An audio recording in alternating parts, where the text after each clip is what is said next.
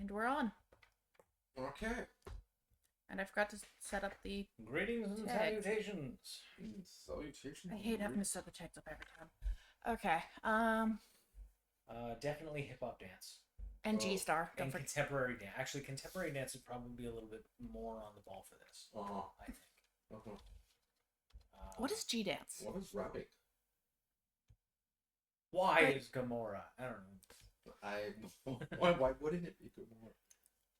Does anyone know what G-Star is? No. No, not it. One step above H star. Yes. No, just throw it out there. Actually, it would be one step below if you follow the ABC down to F scale. Okay. It's actually one above F. Okay. So, on our last game show, we had fabulous prizes and gifts galore in the form of 2 major milestones. 2 major milestones. Well, one for you and one for Charlie. So, 2 major milestones. Or 1 major milestone per person, or as Mariah would prefer it, 1 major milestone split between 2 people. I'm not ready to watch the death match over that begin and end. Anyway. Everyone's got the milestones added, alterations have been made, Yes. copacetic, awesome. Yep, I cannot think of any replacement I did the aspects because I suck at aspects. I did the weapon 2 thing for my aim, and Alright. I also spent another point of refresh to buy the stunt, which I called Memory Lane, which is the thing that I did to book. Okay, perfect, great. So we don't have to rule on that again. It's been done. It's canon now. Ooh, you figured it out. Okay, and Mariah, how about you? I picked up 2 skills because my skill tree is kind of, well, I can't go up without some new shit, so I now have some empathy and deceive skills. Nice. Empathy in the 11th hour. Okay, empathy is the social defense skill, Yeah, okay? I know. Yeah, I recognize that you have feelings. Who are you? This isn't Lucas. Nothing about this is right. I recognize that you have feelings. Rolls -4, But they're I all don't dumb. care. And I didn't want to be the one to tell you this, but your face is stupid. That's STOOP. Okay, guys, I am not that bad. No, but your character has his moments. You kind of do. Yeah. You have your moments. I'm sorry. Someone will be sitting here going like just pouring their heart out. What does this have to do with me? Like, but the band. Like, to be fair, though, the last conversation that particular thing happened in was involved with your bandmate buying a semi-sapient guitar with eyeballs and made it of meat. So, I mean, Mr. Boogly, he had a name. Apparently it wasn't really his name. Yeah. Did he though? Yeah, kind of. It's questionable. Mixes. Insane? Mix of things. Okay, so that said, last game left you fighting your way through this league in order to get to the courts as quickly as possible. You came to some horrifying realizations. The fact that Mordecai and Baba had a sit-down meet, and literally Mordecai, thanks to Charlie, was a decapitated head on a silver platter, and someone looking like Lucas, not Lucas, Lewis, betrayed Baba and siphoned her into a sewing needle. That said, book was thoroughly stopped after Charlie force-fed this particular fae 420 years of a silent history in a single gulp, which then caused book to explode and reconstitute themselves as a book, ironically enough. I'm not sure that's the right use of ironic. I'm not sure that it's not. Can I name book becoming a book? It's kind of ironic. Is it irony? Lucas, on the other hand, was able to fight past Mrs. Wachowski by convincing her that Lucas was Declan's same-sex husband with her love child, which was a small Mouse? mouse laying on top of a squirrel. Ah, Because the sight kicked in, and Mrs. Wachowski has, the perception of a doorstop made out of meat. I don't know where that came from, but that's basically it. Okay. Can you prop flip the open chapter, this please? door. Uh, Alright, give me that pork chop. Hi, how's it going?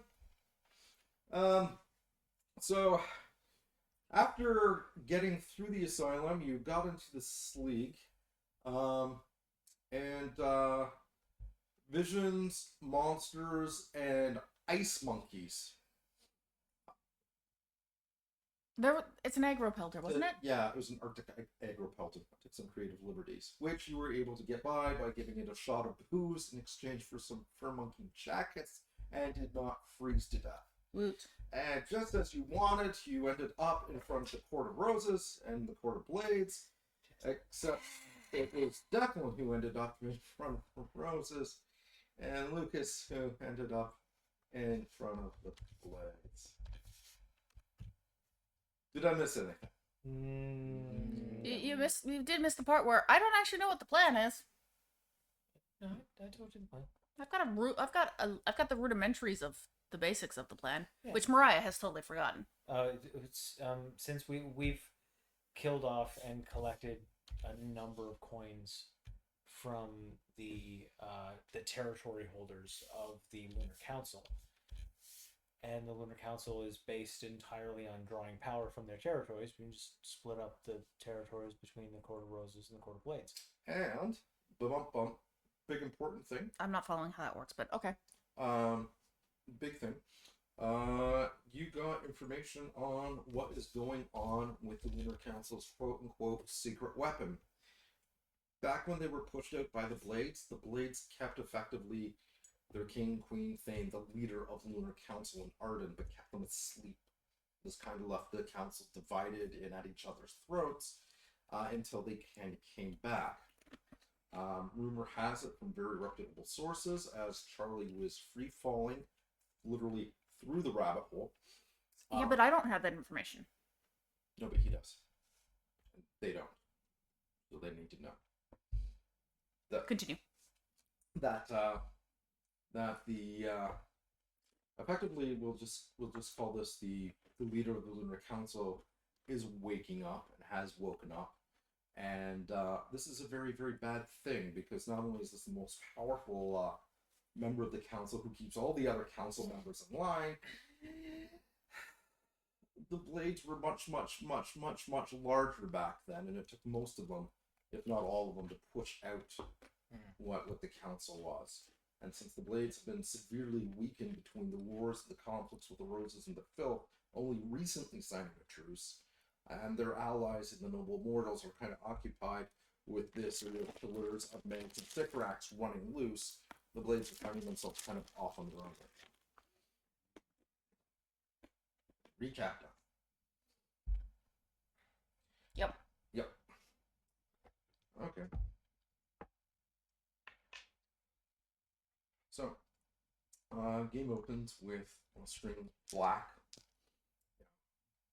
and people hear the voice of this kid who's kind of 16, 17, and there's the sound. They'll get a very crisp image of that big, thick, black leather tome that they've been reading from the old man. It's being slammed shut. And the kid looks up, and the old man's gone. Cottage is gone. He looks down, he finds that for some reasons the book is tucked under his arms.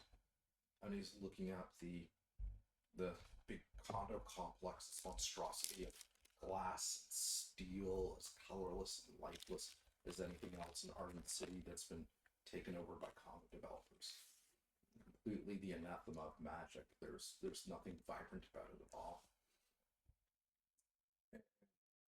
Kid holds the book, and reaches down between the covers, tears out a couple pages from it, stuffs them in his mouth, and starts eating them. Takes another couple pages, forces it down his mouth, and is just chewing. His cheeks are just swollen like a chipmunk. Poor book. Right? The kids are walking by. People walking by, normies are, got their masks on, doing their grocery shopping. They see the kid doing this and, making a wide distance.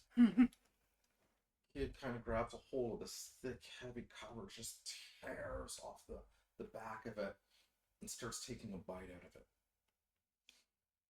You see a homeless guy walk by. He just kind of looks at him and just turns around and starts going the other direction. Pretty standard reaction. Yeah. I don't know. The homeless people Two- think you're too crazy. 2 nightmares.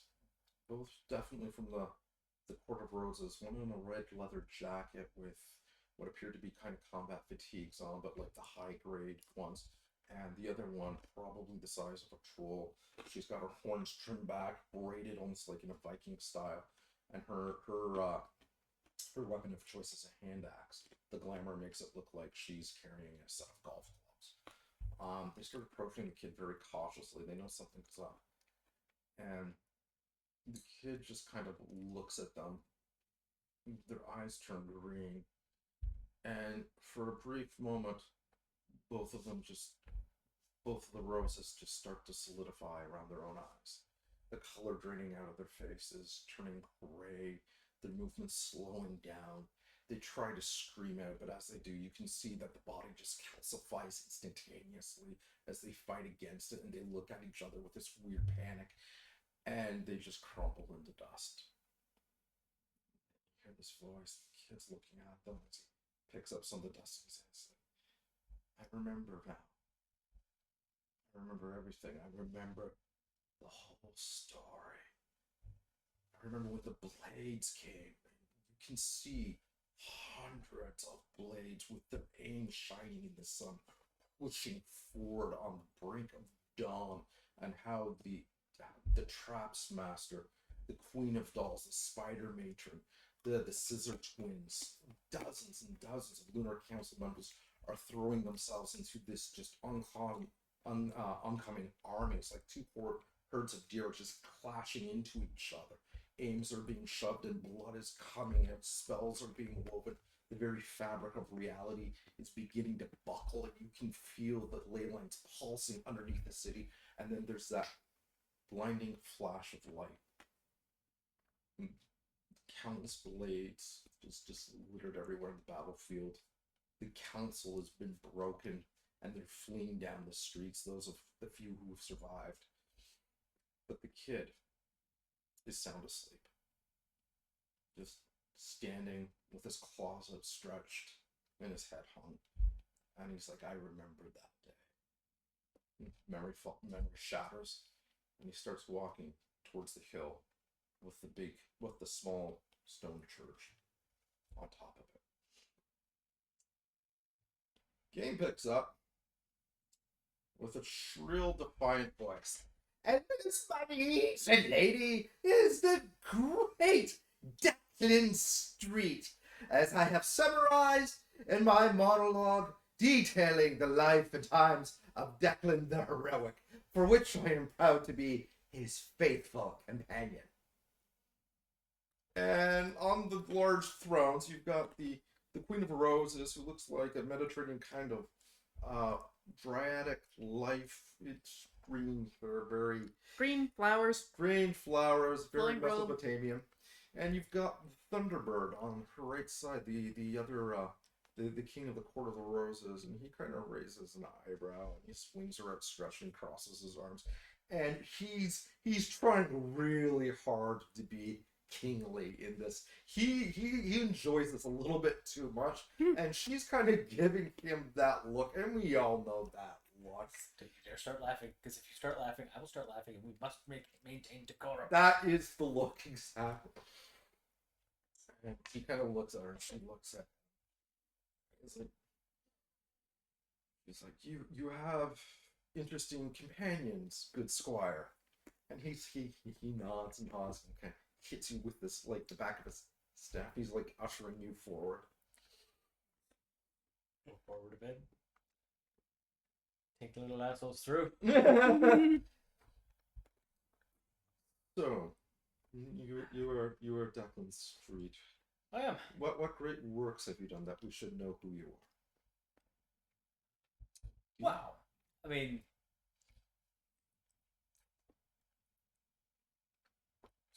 reach in my bag, take out the book, Mm-hmm. Slink, all the spheres come down, pointing at you in the book. That used to be a Lunar Council member. Yes, but you didn't actually answer the question. I killed him. Take out a coin, flip it onto the ground. Killed that one too. Take out another coin, flip it onto the ground. And I killed that one too. Anyone else? There's kind of like a murmuring kind of going around, but it's... Make a notice one.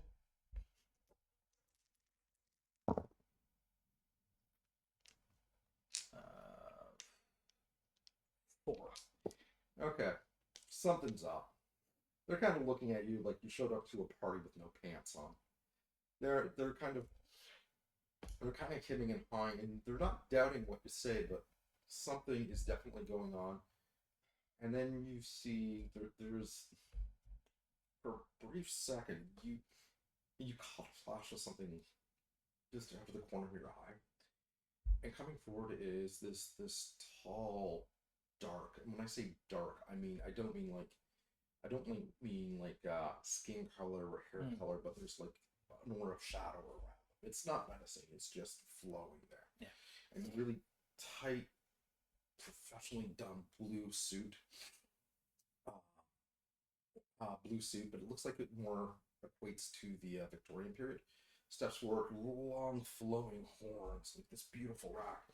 And he just turns to you and he's like, "You're my king, my queen. Obviously, this blade has no understanding of this court or how it's supposed to be done, quote unquote. He is simply wasting on time, and if he doesn't have the ability to show the proper decorum and follow the rules as the rest of us, does he really have a right to be here? If you can't trust people with little things, how can you trust them with the larger things?" What, you mean like that tie? Roll for report. Or does that provoke? You tell me. Actually, I'm more trying to persuade rather than provoke him, because I want them to start nitpicking his tie. And it's like, did he notice something that we didn't? And then just kind of like, I want them to kind of scrutinize. So you're not trying to piss him off, you're trying to... Yeah. Yeah, okay. Okay. 3. 3. And I'll pick up the coins and I'll pick up the book, put them back in my side bag. Okay. And so what do you say? What you mean like that tie? They're okay. Showing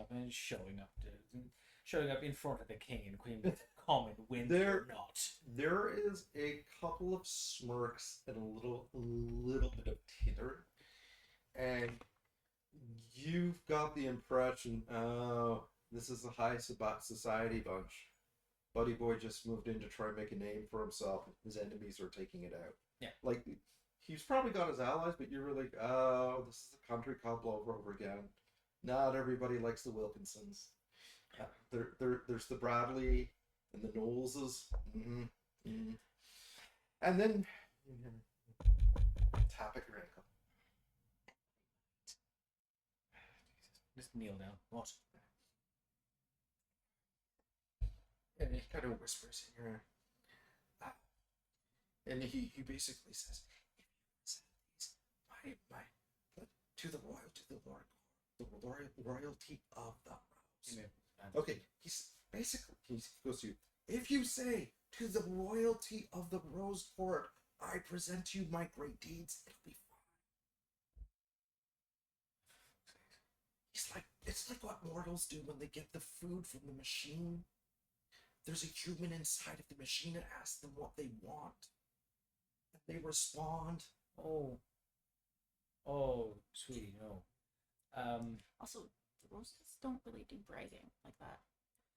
Right. So, you're right. Great king, noble queen. How dare I show up with just such paltry examples? And then the king is, no, don't belittle your accomplishments. Let's hear him out fully. After all, he's come in such a unusual way. There must be a story behind this, and I, for one, am willing to hear it. Well, thank you very much, Great King. It all started when my friend, when my companion Lucas and I went into the sleigh. Okay, roll right now for performance.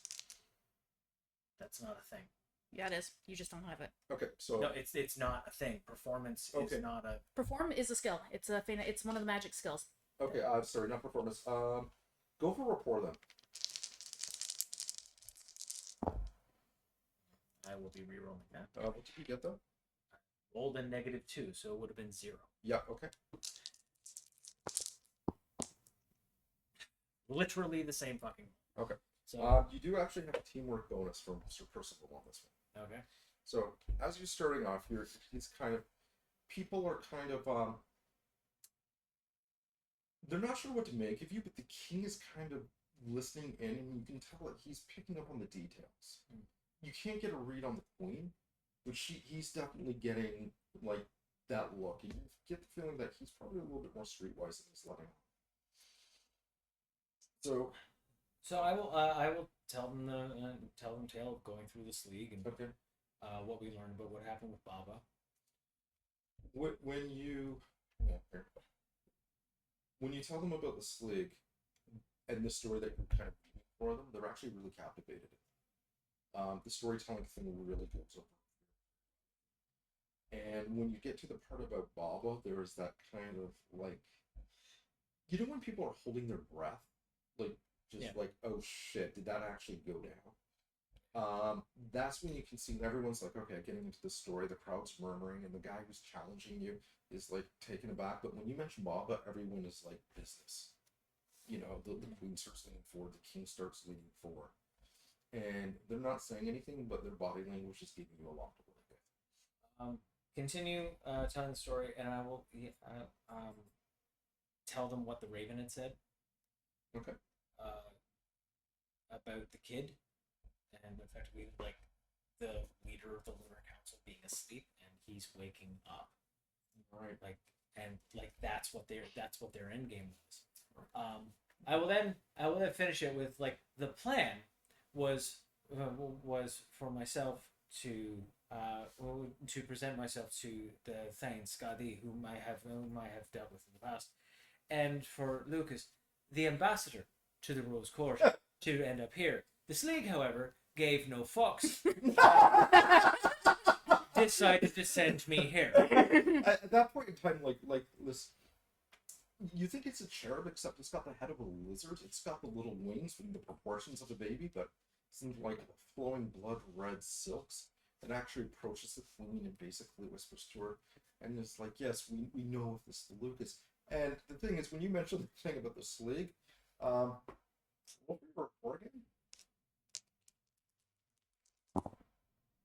Well, I got a 1 that time. Ooh, Plus whatever I'm getting from Percival. So. Yeah, so that's a 3. Okay. So you won people over. Like you started off cold. If you were a comedian, everybody would be nice cold. You're warming them up. They're thawing. So when you mention this league and the rest of it, people start taking you pretty seriously. The king and the queen, he just kind of leans over to her and he whispers something. You can't hear it, but make a notice one.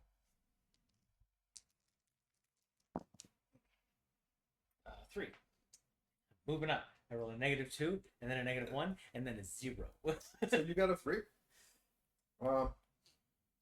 So your friend in the blue suit, the kind of the rack, like he's kind of looking at you, and he's I'm not even looking at him. I'm just like looking at the game. He's doing just sideways, kind of, I think. And as you just caught, like, he turned his head to say something to one of his courtiers, and you caught a glimpse of his eyes, and you swear for a moment his eyes were opaque, like glaucoma white, kind of opaque. You just, for a moment, you swear you saw both of those cream-filled eyes, sort of like the way that Brian did in the night kitchen right before he died. This is either going to be really, really good or really, really bad. So the spear comes out, and I hit him in the face with the butt. Okay, you got to roll for fight on this Yes, one. but I cannot stress enough. Like the spear comes out, it gets extended, and like I will be holding it. The blade will be by me, and I'm just right across the nose. Just Okay.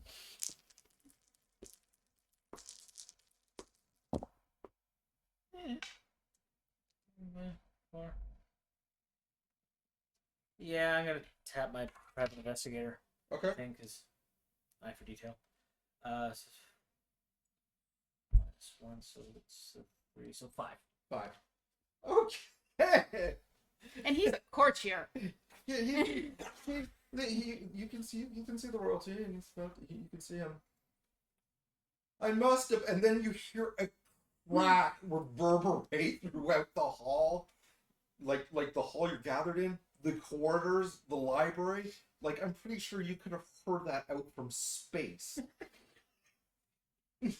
And everyone did the kind of thing, and he's like, he says, "Look, I think I might have a note," and he just drops, So I start.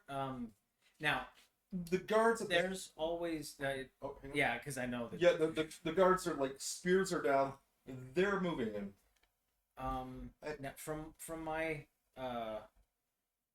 there's always something on them that the Queen of Dolls uses as like a focus, right? Yeah. Like there's something on their person. Mm-hmm. Cool. So when he drops, I will be like I will have my spear like on my shoulder, but spear pointed down, and I will just be patting him down. Like I understand like because I have a very limited time now. Yeah. So I'm just gonna be quickly patting him around. It's like, where is it, you fucker? And that's when make an athletics roll.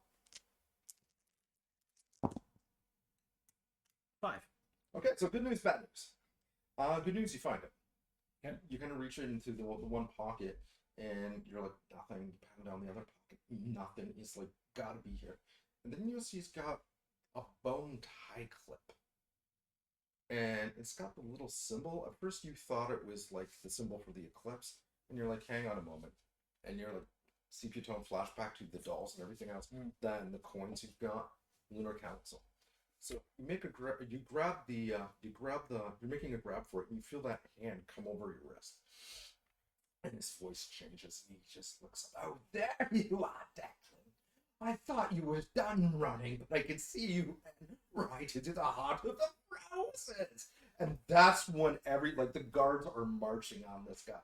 And the head kind of arcs backward, and the spine kind of snaps like in the 45-degree angle. Your Majesty's so good to see you. I suppose it's fitting that a member of the council arrives, and I took a blade for you to figure it out. Ah, the world is full of small things, but I guess I've got my spies everywhere. Isn't that right, Beatrice? Who the hell's Beatrice? Right, I'm gonna be stabbing you now. Okay, so what's your fight? 4. Yeah, I'm gonna give it to you at this point. It just goes through. You twist whatever internal organs, heart, whatever is there. It just kind of shatters and splinters, and it decays into dust. Take the tie clip.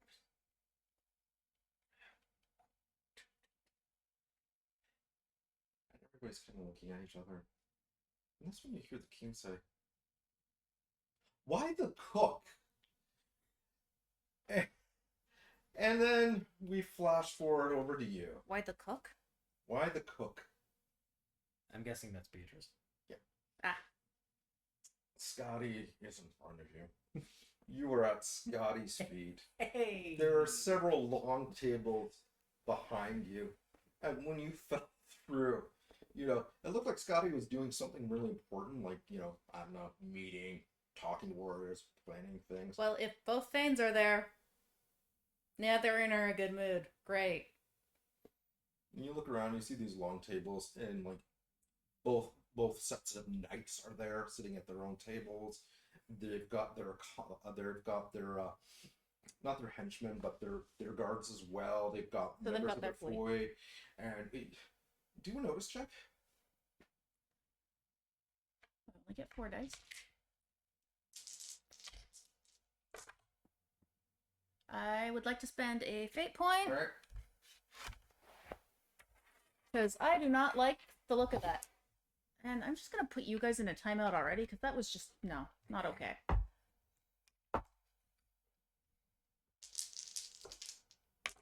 Progressive discipline for dice. I mean, +1's better than I'm -3. gonna buy you new. These are the new Oh my god! Why do they hate you? I don't I know, think they but just need to be beaten into submission. Yeah. The beatings will continue until morale improves, dice. All right. So you look around, and then you notice there's something odd about the table in this council meeting. There's a lot of food. There's roast beast and filleted the filleted deer. There's like venison everywhere. The wine is flowing like beer through the streets. People have flagons of mead. And Scotty kind of looks at you. You've dared intrude. You've dared intrude now? I, so, plan for dealing with the, Lunar Council. And, my friend Declan's supposed to be coming with. He's got more details on it. No. This is not how it goes. You are in the hall of the Thanes of the Court of Blades. First you must drink. And he hands you a giant-sized drinking horn. And the rest of the Blades, like all the tables, are like, they've got their flagons and their what do you call them? The big mugs. Like, some of them got horns, some of them have got the Just Big ass mug. steins. yes. They kind of say, and they're like pounding their feet and they're driving it on the table and they're like, drink, drink, drink, skull, skull, skull, skull, skull, skull, skull. This Skull. is the size of my head. Skull literally means drink more. And then you see the other thing, and he's like, "Is this one of the ones you were telling me about?" I'm drinking from it. I'm just like, fuck, this thing is. I'm gonna be Give so me wasted. a physique roll. I'm gonna be so wasted. You guys are awesome. 2. 2. Hey, you rolled a positive. so you hear the one thing, and he turns over to the other. It's like, is this one of the ones you were telling me about? One of the ones who's, got promise, and he's kind of sneering at. He's kind of like really. Their garage band is gonna pull in 40,000 people. Hey, Wild Stallions, they ain't. And Scott kind of like, we will see. And meanwhile, while they're still talking, you're like, they're kind of like battering back and forth. You're kind of like, okay, flagon, if I tilt it up, okay. So you're pouring and drinking in the background. It's running down the corners of your mouth. This thing is too big for me to drink from. And everybody else, nicely. the eyes are going wider. And you hear one person go, did most of us just take a sip? Did someone tell them they can stop? No. You kind of put it down. Take a will roll at this point.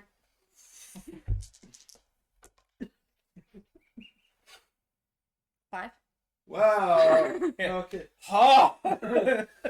5. You're like, okay, the room starts spinning one way, then it stops and starts going the other way. But you got it figured out. If you stand still and are not moving, you're okay. And everyone else there's like a roar, like from the people at the tables, and the crown guys are like, yes!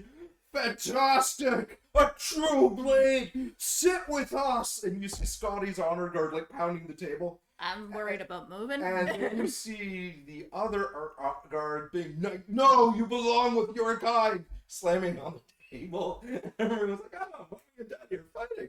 I wonder which side the puppy will go to. And they're kind of looking at you. I am so glad that's not me. Right? I mean, we're fierce warriors and are probably gonna die soon. Turn the sign upside down. Use it as a stool. Just sit down. At that point. I'm just thinking I'm just gonna sit. Oh.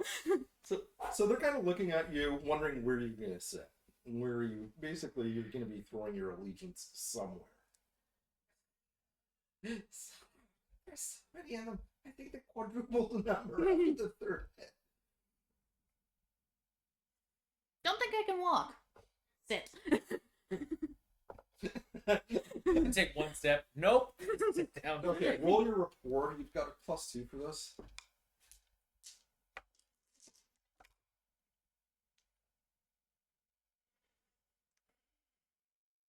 Why? Okay, what would that total to? I mean, that would be a 4 total. I think that's acceptable. Yeah. So thankfully, he's like, look, they can't make a decision. Scotty looks at you. Shows what you know. He made a decision. And everyone's like, yeah! you know, something. And it's like,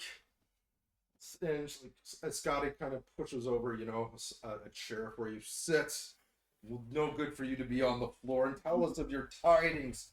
For our oracles have spoken. Tomorrow we go to war with the Lunar Council, and we will all perish gloriously in battle. And like the stomping at the tables continues, and you hear the cheers go up. That doesn't sound good. And one of them, you remember this guy? He was actually doing security at Club Echidna, and you also saw him helping out with the filth. Mm-hmm. He was a blade. He was a big ox guy with the curled ram's horns. He comes over and he'll clamp you on the shoulder really hard. It's like, nonsense. It'll be the greatest glory for Blade to be on the field of battle, to fight our enemies again, and die by their hands, remembered by history. And you will be there too, a body on a sword, taking life as it's taken from you, your last breath, a testimony to your heroism. Do not be frightened. So, do you remember the other ones who died when the last time we pushed the Lunar Council out? At that point, for some reason, the cheering went down to crickets. If we all die, who's gonna remember? So how about instead of dying, we win? The things kind of look at you. Rox is behind you. He's like, winning's good. Kind of takes a few steps back down, sits down, because everybody is looking at you right now, and they're not sure if it's the ale talking or what. So we know they're planning something. The guy on the head, what's his name? Mordecai was trying to play it up like this was revenge, but they wouldn't have waited that long. They're trying to get something. Declan has more of the information because one of them got in my head. Hi! Fuck off, Doubt. I'm here! By the way, your head is like such a clutter bomb. Like, really, who keeps all these berries lying around like this? Doubt, shut up, I'm putting you back in your cage. They're kind of like looking at you and they're like, oh, we're in court! Hey, let me kill some of these people! Will? Yeah, roll for it. 4. You feel doubt trying to get a hold of your arms and your legs, and for a brief moment they kind of touch the dial, and it's like sort of like a kid trying to steal a cookie before they cool, and you just got the wings crack. And you hear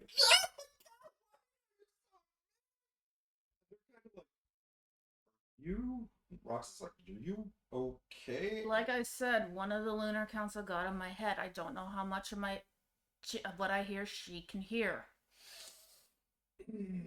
Scotty kind of stands up. You get a really good view of just how big she is. She's cresting over 12 feet straight up. And quite broad to go with it. She says, you have one of them here in you. I don't know. exactly how it works. Um, And you hear one of the tables, cut his head off! The other one, he's imprisoned it! He's tricked it! That's masterful! He was duped! And the things are kind of looking at you, give you the what do we do look. anyway, so don't say anything important in front of me. With regards to Lunar Council. Declan really should have been here by now. Meanwhile, back with Declan. Right. So, as you can see, the queen bitch of the dolls there, she's kind of everywhere. And not one of the ones that I've killed, unfortunately. She tends to skitter off before I can get her hand. The Queen of Roses looks at you. We know who she is, and we've had nothing but difficulties. She's been besieging us at all corners. Right. Well, I've got a bit of a game plan to kind of even the odds. And part of it was supposed to be going towards you, the Court of Roses, and was going to give it to, going to give the other half to the Court of Blades. Effectively, I have taken the coins from the Lunar Council members that I have killed, effectively claiming their territory as my own. Now, if I gift those territories to Court of Roses and Court of Blades, then we have more territory to draw power from. Kind of look at each other. They're murmuring. You would willingly give your life to give us these coins. Sorry, what? You're offering to sacrifice yourself so we can have the coins. No. Truly a heroic. No, I'm offering to give you the coins. Don't put words in my mouth. That's rude. Well, there is kind of like that drawback, and Queen kind of looks at you and raises an eyebrow. Where is your friend Lucas, the ambassador? I have no idea. The whole, as I said, the whole point of it was the ambassador was supposed to come here. I was supposed to go to speak to Scotty. And now, if the Sleague has thrown me here, chances are Lucas is with the Thanes. One would hope. Do you know why the Lunar Council members kill each other with their badges?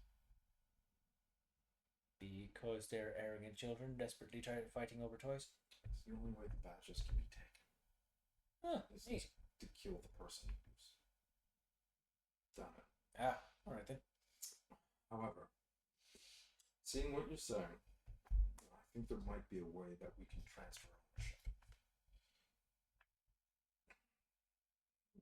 There's something we can do, but it will take time. You might want We to speak don't- up, hon. We don't have time. You said you had news about what they're planning and how it's going to happen. Yeah, The Blades and the Rose. they're waking up the king. And at that point, there is a gasp, and you actually see the concern just flare like lightning out of the king's eyes. They're waking up the king. That was the whole point. That's probably why they swept Bob off the board. But where is Baba Yaga now? Do you know? If the vision in this league was accurate, whoever is looking like Lewis right now imprisoned her in a sewing needle and then buggered off somewhere. But that kind of imprisonment magic is probably going to be lighting up a beacon if you know what you're looking for. The Thunderbird is kind of looks and he's like, Taylor. He's back. She's like, I'm told the noble mortals to keep their kind on their side of the fence. Yeah, well, those two are a bit of a... What do you need? We have an assault plan for the morning. An assault plan on what? The remaining members of the Lunar Council. Joint task force is working with the Blades to annihilate them. It is our final push. But you're saying that Baba Yaga is both gone? She's been taken off the board. I don't know if I think she's been imprisoned inside the thing, which means if it's a prison can be broken into and out of. I do have actually a pre-recorded duel with Steven, hook-handed. Everyone's like, Steven? Steven? Who's Steven? The the half troll, half red cap hook-handed guy. You just call him Steven. And they're kind of like, ah. Yeah. So there was apparently the Megs and Sycorax, those We know who they are. irritating sows. They wanted some wand of whatever that Stephen had, and then I also wanted it. So Megs and Sycorax challenged me for the right to challenge Stephen for it. They decided to choose a battle of wits and were unarmed. So I won that. So I'm going to be dealing with Stephen actually a few hours. So once that's dealt with, we can get a hold of this wand and probably use that to our advantage. The Wand of Morgana. The Morgan. Sorry. The Wand of the Morgan. I think so. The Mermaid. Go prepare for your battles. You will be able to leave here with no harm to you. Thanks very much. Percival, go with him. You are his companion. Come on, Percy. And that's when you see them dragging this very, very heavy set woman, and she's wearing a cooking apron, and her eyes are just cataracts, and you can see how swollen cheeks are, and her jaw's actually distended, and guards are like pulling her to the floor. And it's too late. It's too late. We found you. We've been here the whole time. Oh, hello, Declan Street. You're going to die in painful death. It's been foretold. The two oaken doors slam behind her. Heard better by worse, Queen Bitch. So he kind of leads you out, and he's kind of giving you the tour. So would you require a suit of armor, or some kind of enchanted sword? Don't have my. Get for a snack. We've got croissants on the way out. I mean, if they're on the way out, Well, I'm not going to say no to a snack. everybody just has snacks. It's not going to give me any weird. I don't need to pay for it. No, not fair to French. I do want to pop in here with a quick tidbit about the Court of Blades. One of the ways they kind of reinforce the, I guess you go with allegiance, is like feast, festival, free food. So theoretically, taking food from the Court of Roses could be saying you essentially. Yeah, All the allegiance? that is a cultural difference. That is a blade perspective. That's a blade perspective. But I'm the just roses- pointing it out. but The the roses don't take it. The roses, that is not the intent of the roses. You may or may not. But good cultural fact. Glad you pointed it out. I'm still going to grab something to eat because we're in A, time of war. B, I might die soon. And I don't want to die with a bad taste in my mouth. So if I just have like something like a nice like fresh French croissant. You're just taking the attitude. It's mortal food. It doesn't count. Yeah, pretty much. Yeah. Okay, so back with you. They're kind of they're undecided with what to do with And it was something about the coins in the territories, and the rose. And I know he wanted to talk to the roses afterwards and set up some sort of meet to talk about the plan. And then obviously I'd bugger off, but you were not there I would not be there. No, because again. because you are here. I catch on quick. Yep. See, this one knows where its loyalties lie. We're the ones that Lucas warned. Lucas has done right by the Court of Blades. While Declan is off with the roses, their ambassador is here making sure we are aware of what is going on. We don't know he's with the roses, and two. Oh, sorry, I thought you said they were. No, I said. Sorry, my bad. Scratch the thing. I said the plan was to go to them afterwards. See, Lucas is a loyal and upstanding blade. The other was like, yeah, I don't know. Looks kind of weaselly to me. Which one's saying that? I'm assuming Cleus. Yeah, Cleus is like kind of weaselly to me. The story propping in. I mean, we had this all figured out. If something was going on, we would have heard about it. Well, apparently your oracle decided everyone was gonna die, so you might want to figure something else out. Roll for report.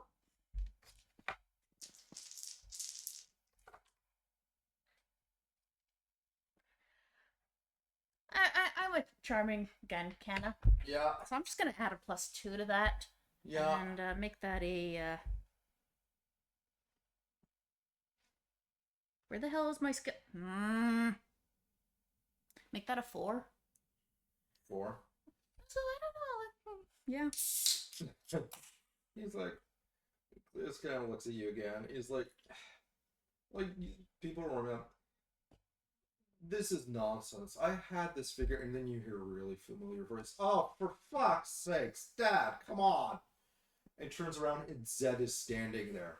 It's like, Lucas has been doing right by us longer than most of us have been nightmares. He fucking stopped time to save our assets.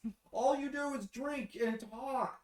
I've got a show Saturday. I can't do that if we're all dead. And I'm like, what is this glory in death? Rocks, we're not goddamn Klingons. We did not survive the millennia by I be chest, I be manly. No. This is a Wedgeworth suit. These are skinny jeans. I can't fight in these. I'm a drummer. I drum. It's what I do. And everyone's like, he's giving the, oh god. Zed, no, Dad, come on. I told you not while we're in court. I'm sorry. My loyal thing. Thank you. Dad. Come on, this is Lucas. It's Lucas, guys. You know Lucas. Let me remind you. The way this entire court is flip-flopping, like, come on, you know Lucas. I mean, we do know Lucas. He's like, come on, don't open my fucking mail. I'll rip out your throat. You remember that one on the solo album? Oh my God.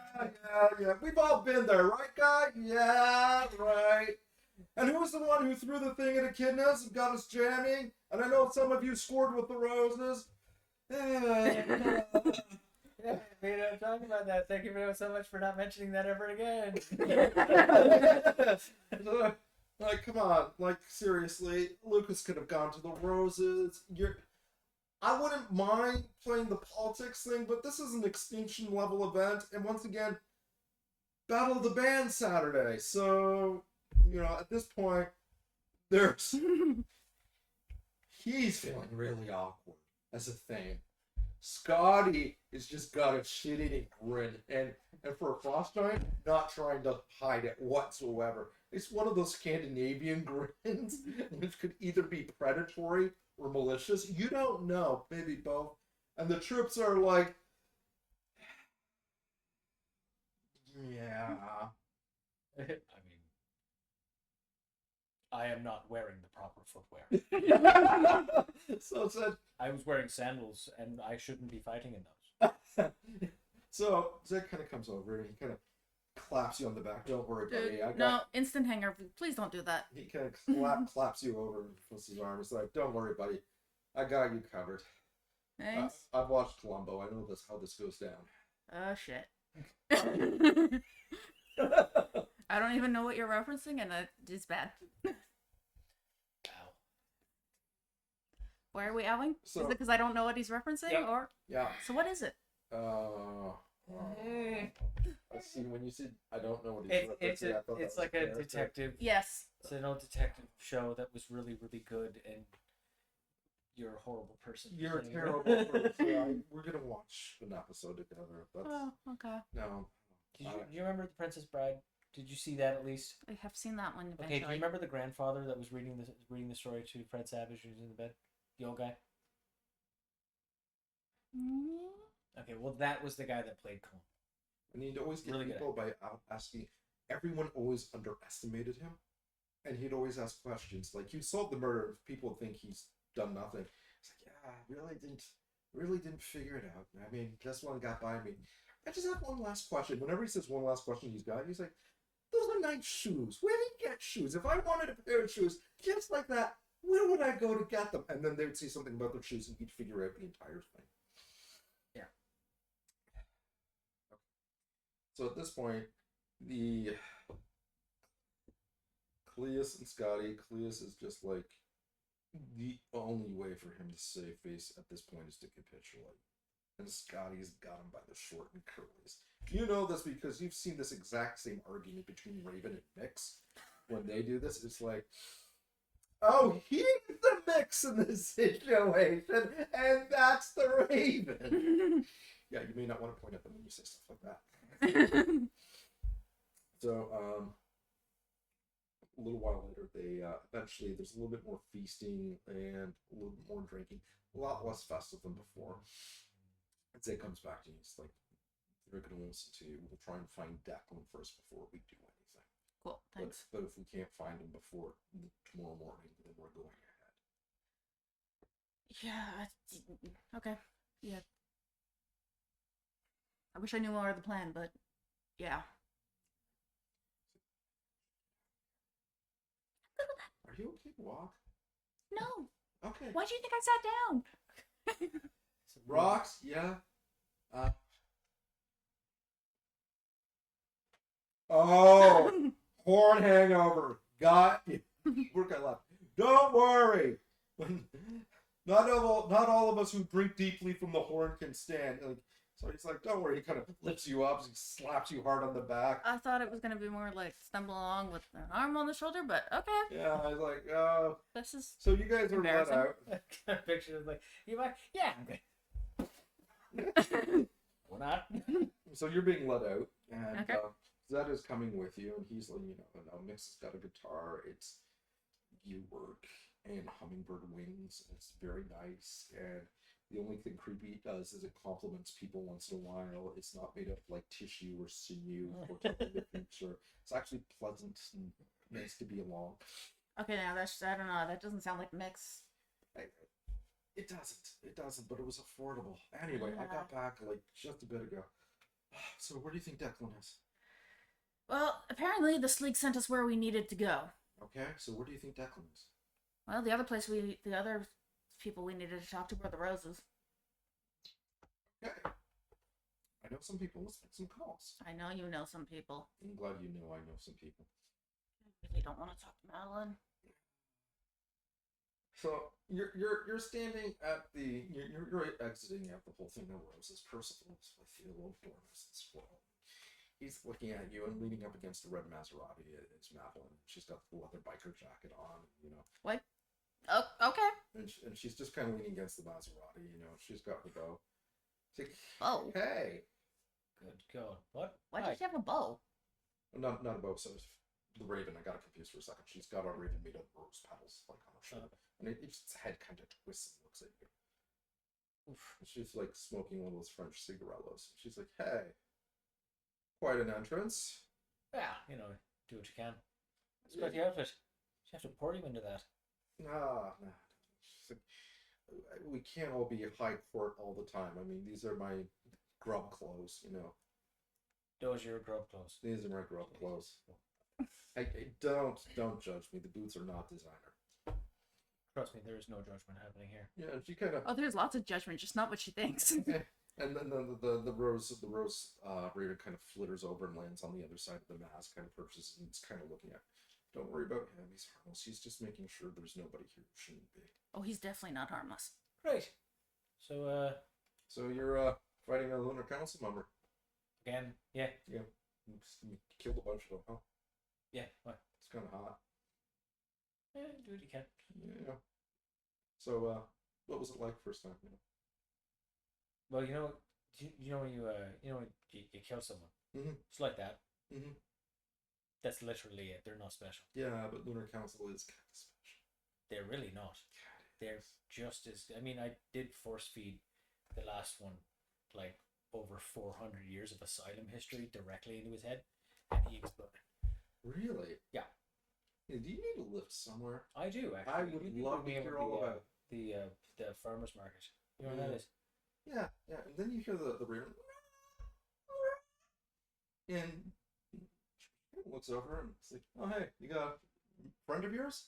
See this little blonde-haired girl, probably about 6 or 7, kind of like plain, dress with a skirt, mussed up hair, holding a blue balloon, just kind of waving at you. Not really. Oh, she seems to know you. Yeah.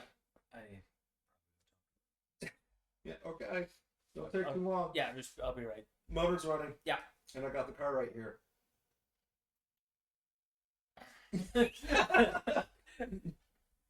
So I'll go across the street. Hi, Declan. Jeff. Hey, it's my bestest friend. I heard you've been a busy boy. Uh-huh. Busy, busy, busy, busy. Uh-huh. Like a little bee. Uh-huh. Except you don't have a stinger. Or 10 or wings. But that's good. What's up? Haven't seen you in a while. Wanted to say how my bestest buddy's doing.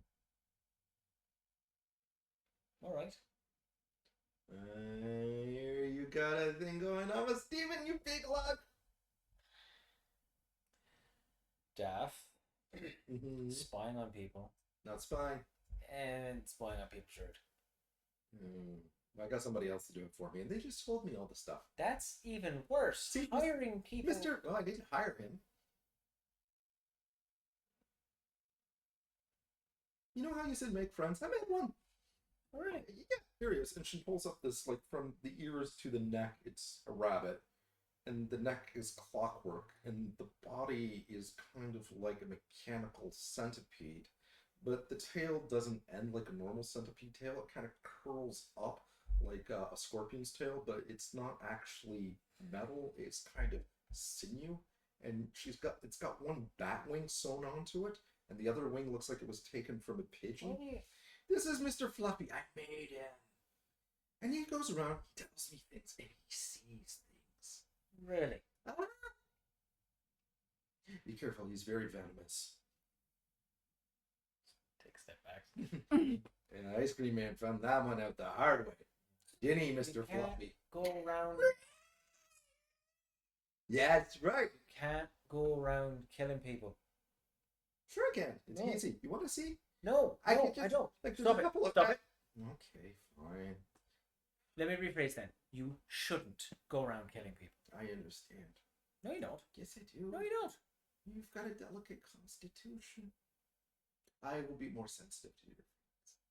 Yeah, but you're still going to go around killing people. You're just not going to tell me about it. Of course. See? Okay. I wanted to say good luck with Steven.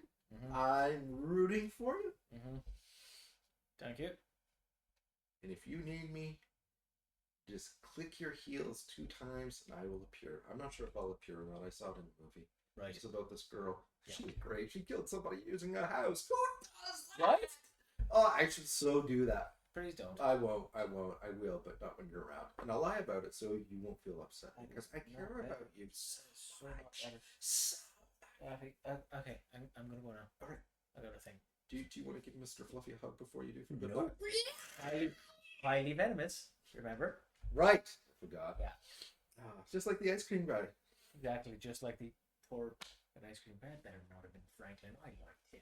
Butterscotch. No. God. Why? Always butterscotch. No. Never butterscotch. Fuck. Why was that a stronger reaction? Because I'm not surprised that she's murdering people, but butterscotch is an abortion of a fucking flavor. So as you're heading back, you just hear Mr. Fluffy. I know he's so sensitive. He needs people like us to look out for him. He'd be so harmed if it wasn't for us. Just walk across the street, just like.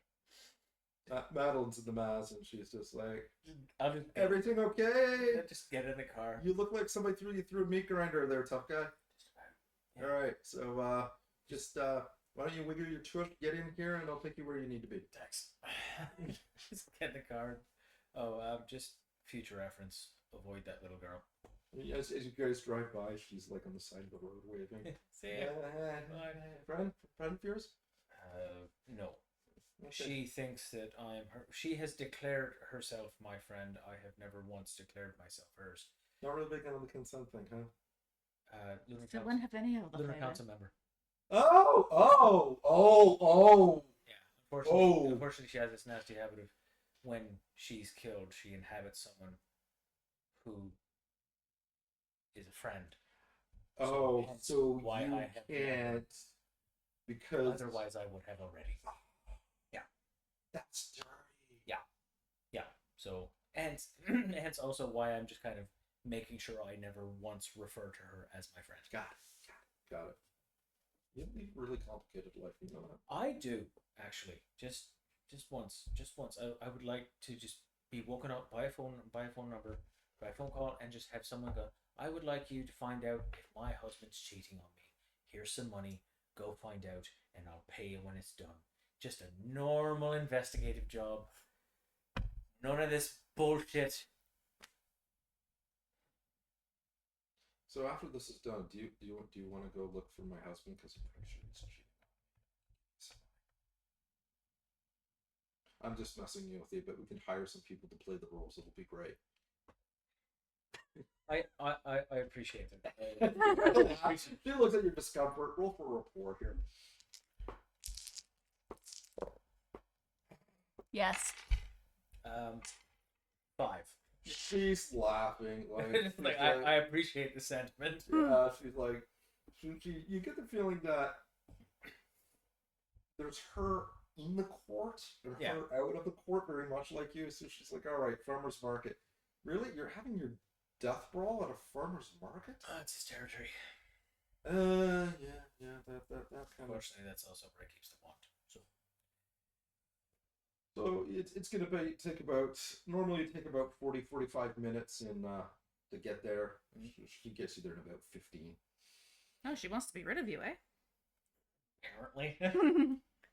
I'm not even rolling for her drive because it's off the scales. Like you're peeling through downtown Arden Maserati. I'll to put it this way: she's not just using the streets; she's also driving across like the front faces of corporate. The cars were like a spider; it can go up, down, around everything. So I'm like, oh, what cars? We'll just go up the side of the RBC building, across 3 skyscrapers. I'll do a bootlegger's trick, and we're on the roof, and we're back down again. And they said the shortest distance between 2 spots is a straight line. I disagree. Well, to be fair, shortest and fastest are not necessarily the same. So she pulls up. The Maserati comes she does a peel right in front of the farmer's market where it does the skid. You can see the burning rubber just flow out of it. And there is literally a cloud of smoke when you step out. Thanks. Hey, I'm rooting for you. Appreciate it. I know. He'll be fine. What's the worst that could happen? I mean... Meanwhile, back with you. I thought Zed was supposed to be getting in touch with her. Yeah, Zed is getting in touch with her. Okay. And so the two of you guys are in the van. You had Mix pick you up. It's like, farmer's market, huh? Is that the new one or the old one? Oh yeah, no. I get my quesadillas from there. They're great. Quesadillas? Yeah. Quesadillas. Quesadillas. 1, you're pronouncing it wrong. 2, do I tell him there's probably human in that? Yeah. Oh, he did what? He showed up at the Court of Roses, unannounced. He hit some courtier in the face with his aim. Turned out to be working with the Queen of Dogs. No, that's why he's not in prison. Turns out he found out that the head chef for the court was also involved. Oh. Apparently half the court can't figure out if he's a hero or a villain. Success. Yeah, I want in. Yeah, no, I'll put in. Yeah, I cut a couple gold pieces. I'll split the difference. I'll go anti-hero. Okay. What are the odds of that? Shit, really? Wow. Hey, do you want in on this? I mean, it's easy money. Dude, I'm his roommate. Like, am I even allowed? I know exactly what's going on. Do you want in or do you want on in? Yeah, he's in. Yeah, no, he's good for it. He's good for it. Trust me. I'm He's good. totally good for it. Good for what? That's right. Good for what? Out it unless we lose. All right. Yeah, Maddie. No, we'll be there. Yeah, okay. What are you signing me up for, Zed? Cool. We'll see which way the roses decide on Declan. I mean, no, we got this in the bag, man. I was like, so guys, yes, man. For like the concert, like, are we doing new material or like, are we just gonna do like new material? I thought it was a not rap battle. Yeah, but okay. I've just been working. Please don't say on a love ballad. I've been working on a love ballad, and that's kind of where the conversation takes as the van is going down. I'm imagining the only love ballad Lucas has ever written is kind of like the love ballad from the Wedding Singer, where it just ends up like, "But it all was bullshit." You're not far from it. So,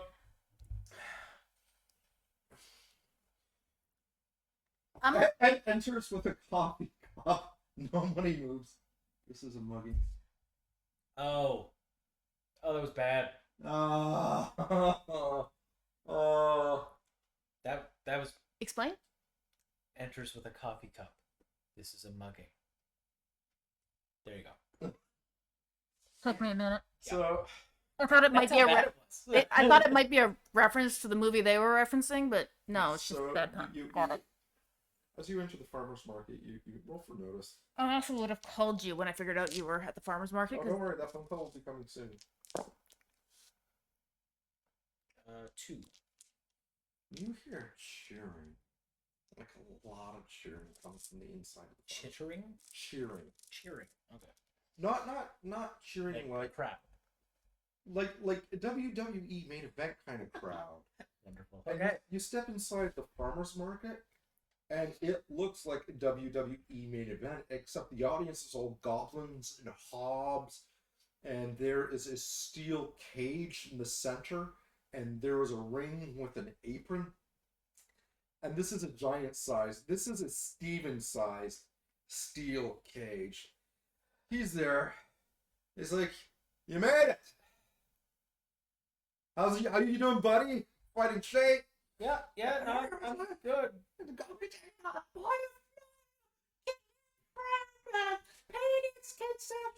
And you got some with like the signs of like, and it's like Team Declan, streets are wild, and the other one, Steven for life, Steven 360. So he's just decided to go with the Steven thing instead of fighting it. Yeah.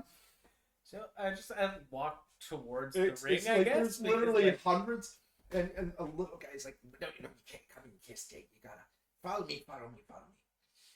It's like, okay, back room, Steven's not quite ready for you, they haven't announced you, you just show up, they announce you. There you go, and are you gonna be fighting in these? Yeah.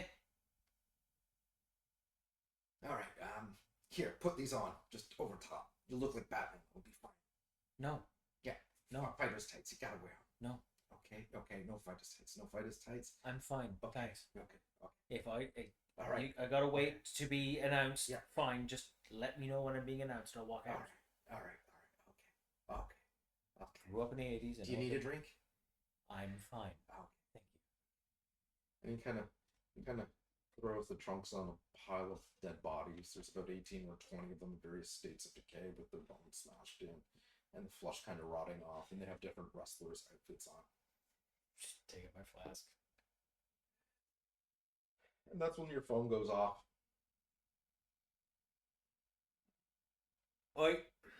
Hey, so we're heading to we told you at the farmer's market, so we're heading there, meet up with you. Oh yeah, sure. It's just in time for my match. Yes! And goblins! Oh, you mean that suicide duel thing you set up? Yes, Literally a crowd here. And a ring. Monsters! Give up You're shitting me. for tonight's madness! Nope. The horror of the Lunar concert, the slayer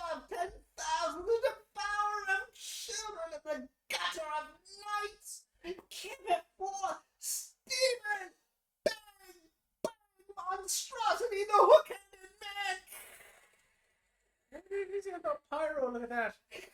He's got like the leather. I want to hear how boring your intro is. Right. He's got the leather shorts on, and he's got like the big heavy chains over his top.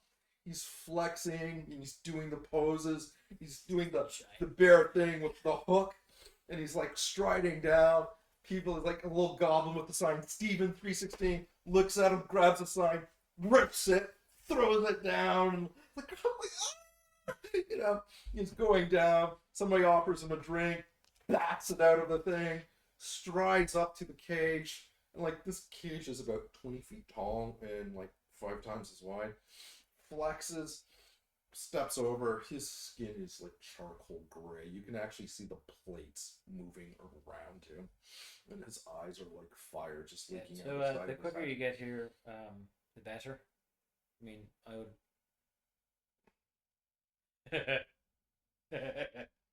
How fast can you get here? Mix? We're pulling up.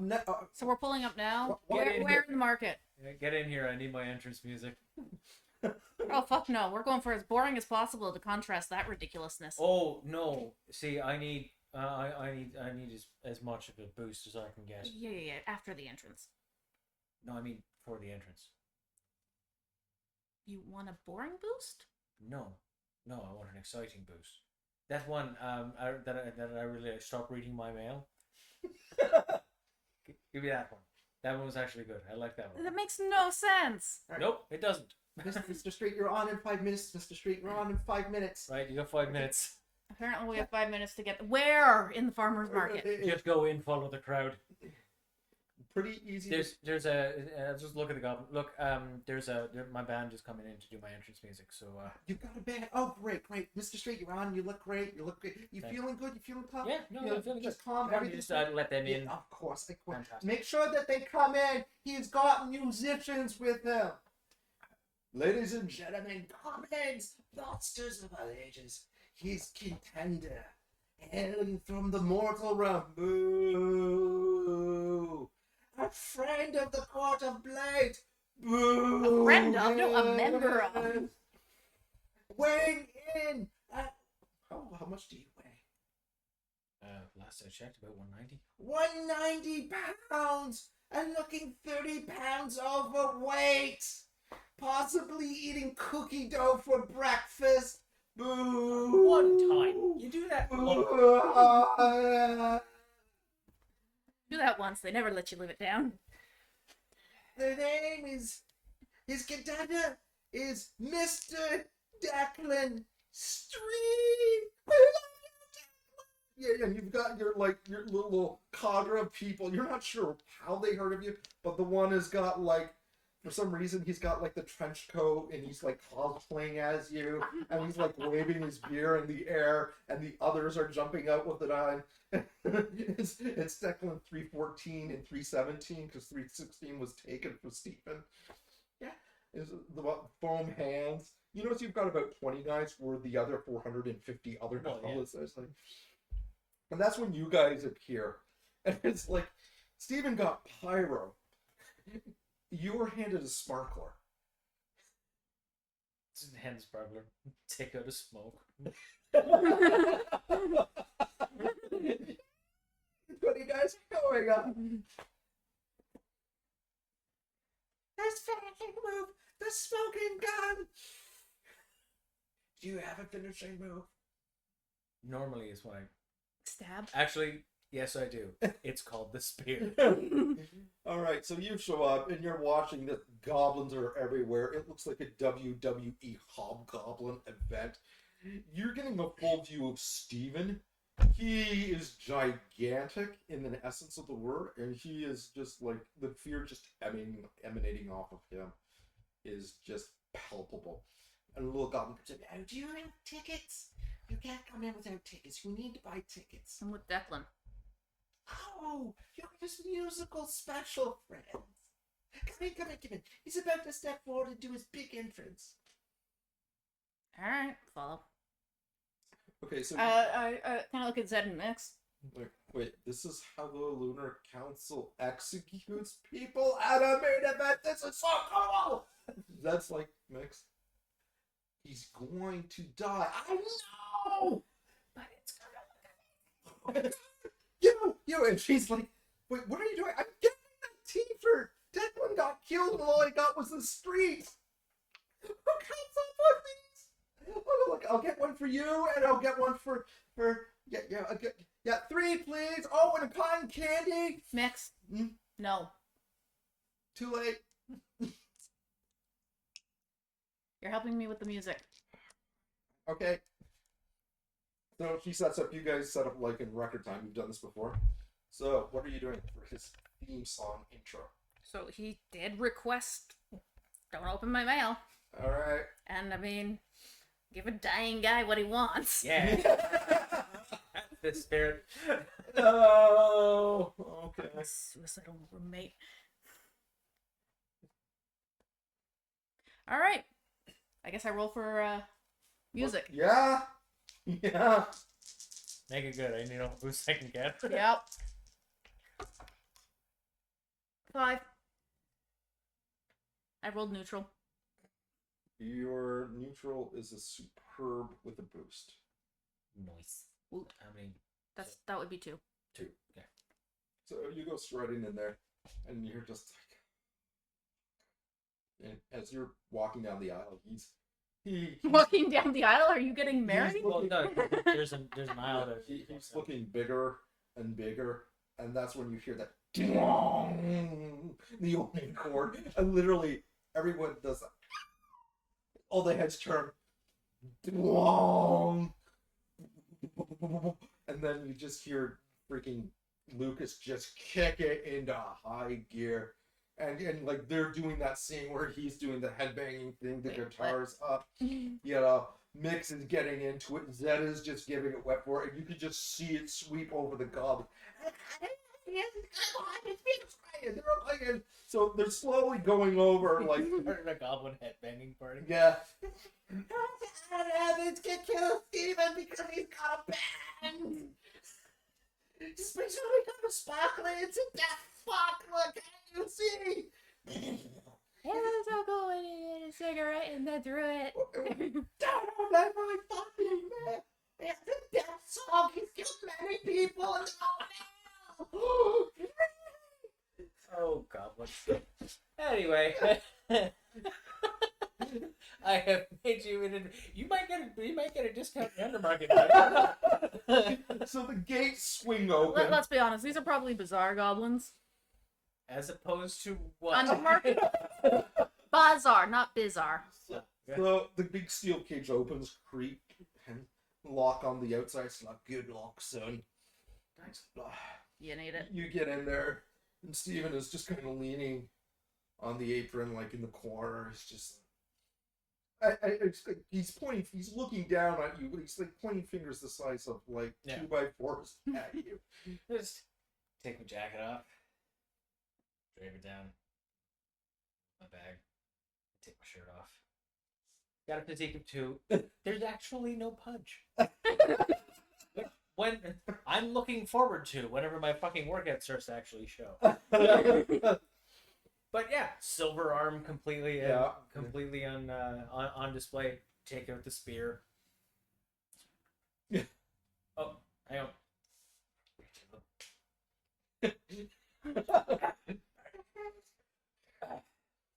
Right then. That's when the goblin referee comes up. He's saying, all right, gents. I want a nice clean fight. And that's when the hook comes down on top of them and he's just staying. He just wipes them off on his shorts. Takes a step back. Okay, who had 14 seconds for the ref?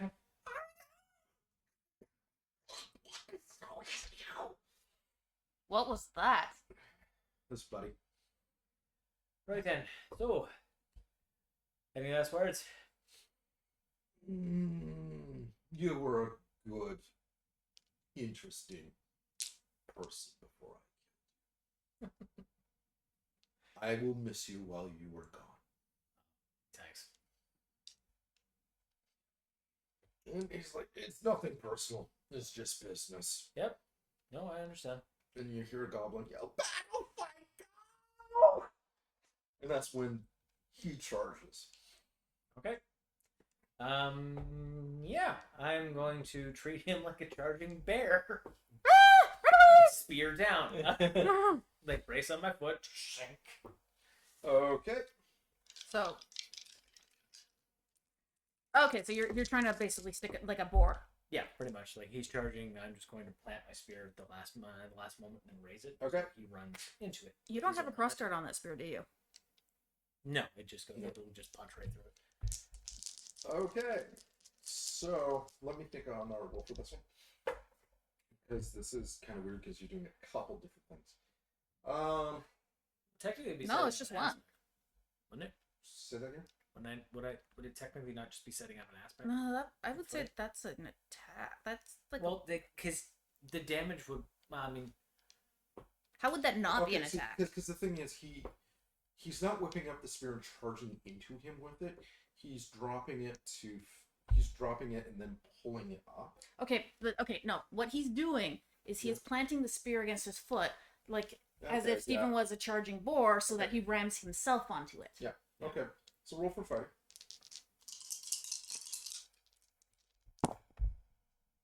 6.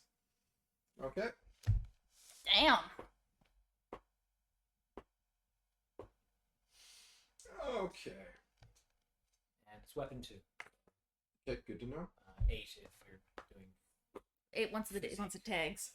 So he comes charging at you. You literally feel the ground shaking underneath you.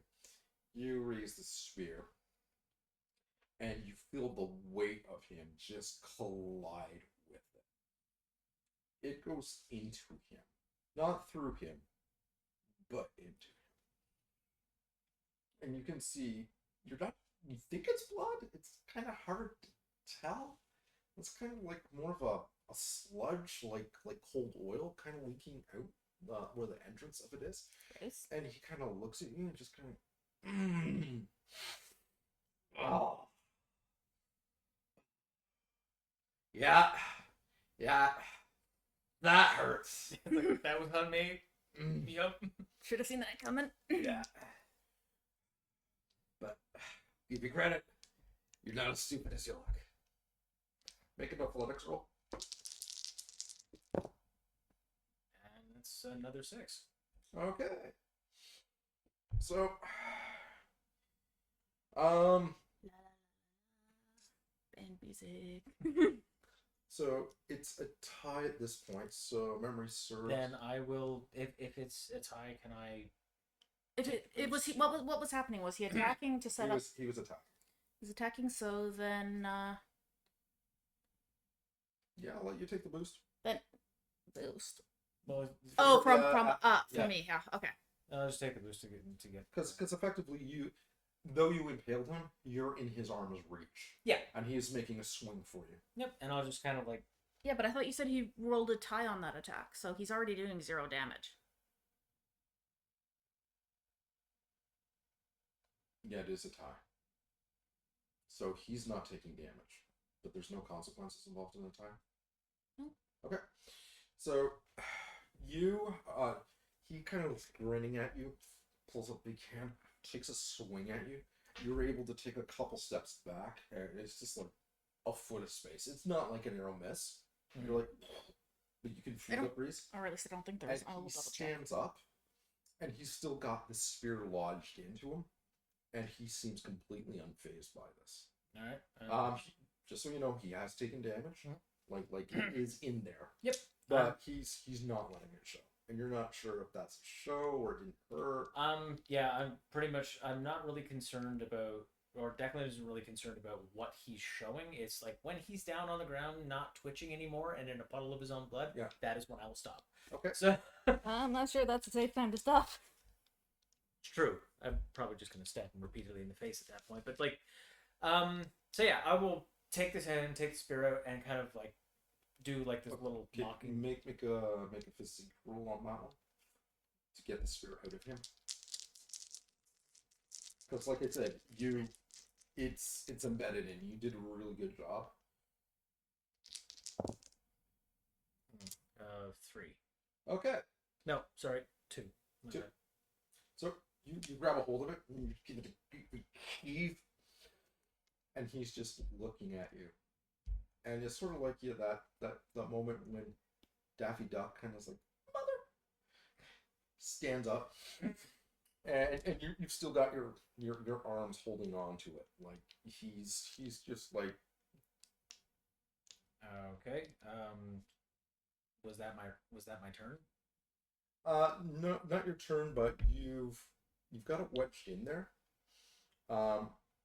Basically, you weren't able to get it out. You can still push it in. Then But it's what I will do it's is sort of like the sword in the stone right now.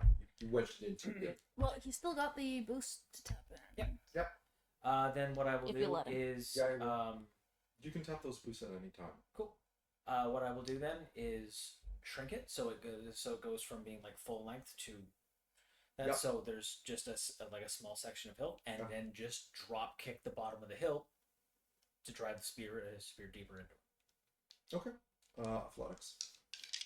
That'd be fighting roll. Kicking? Kicking. But Yeah. you're timing yourself. You're shrinking it and then leaping up to kick it. Yeah. Yeah, that sounds athleticsy. That's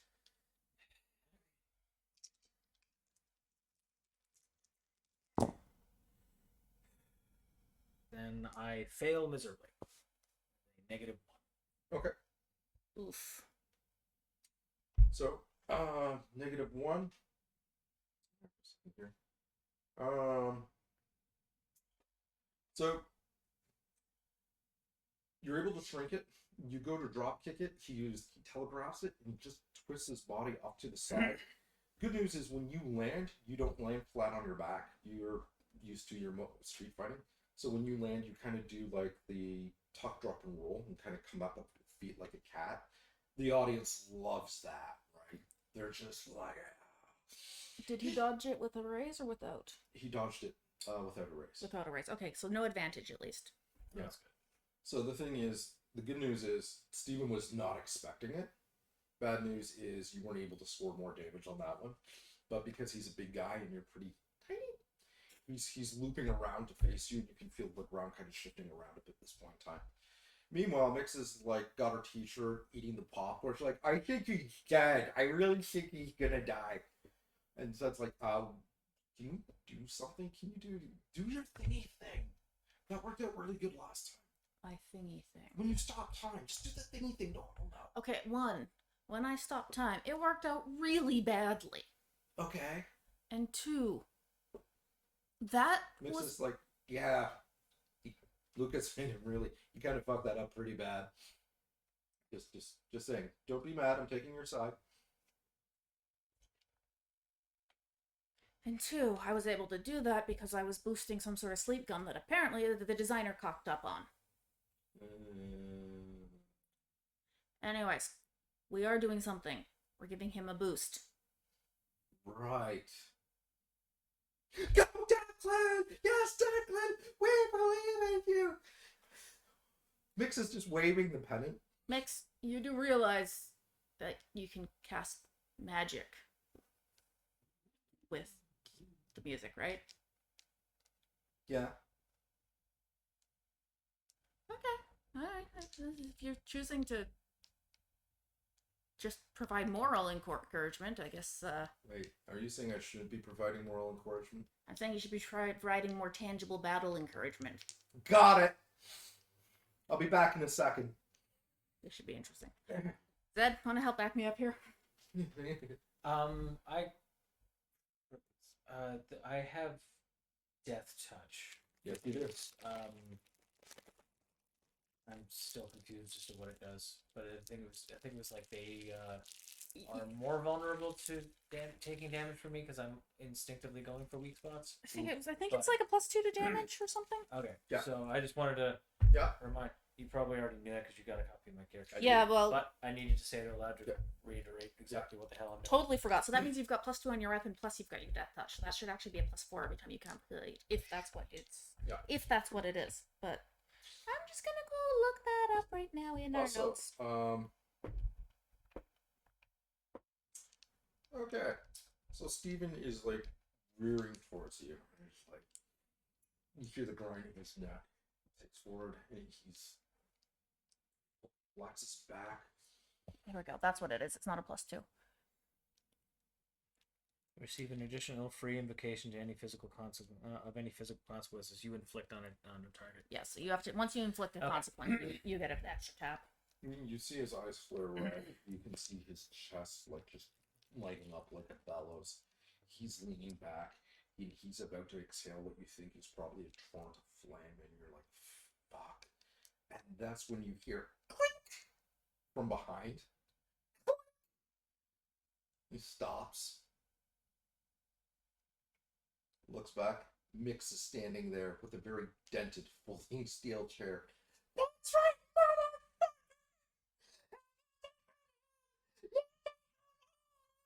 Why is Mix so shrill? Mix sounds like a goblin. because she's like worked up and like there. They.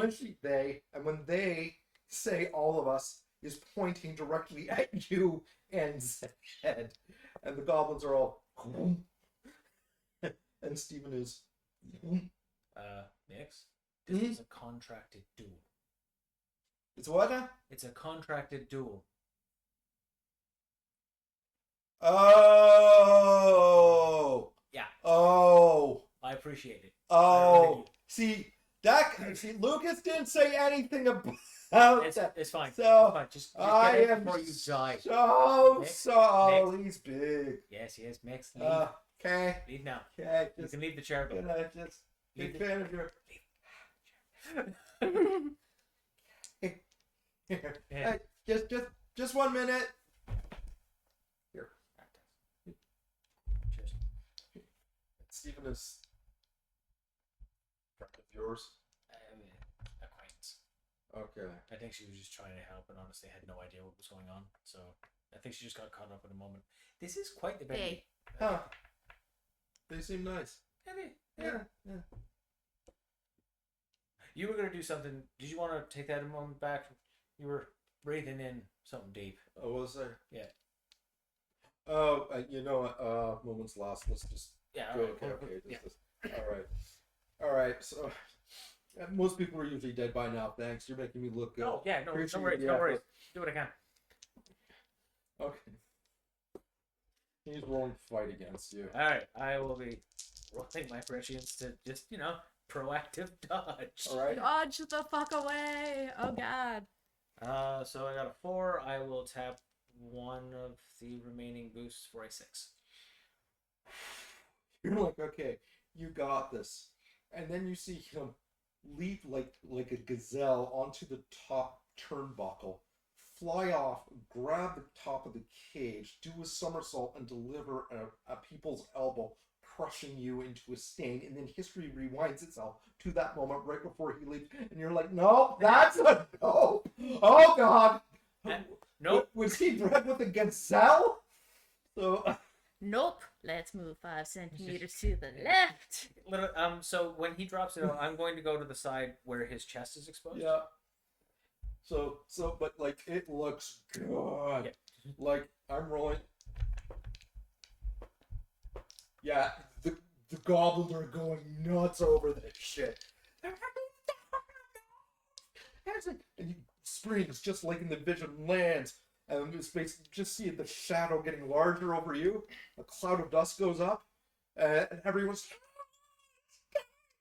And then like people behind can see you kind of standing there.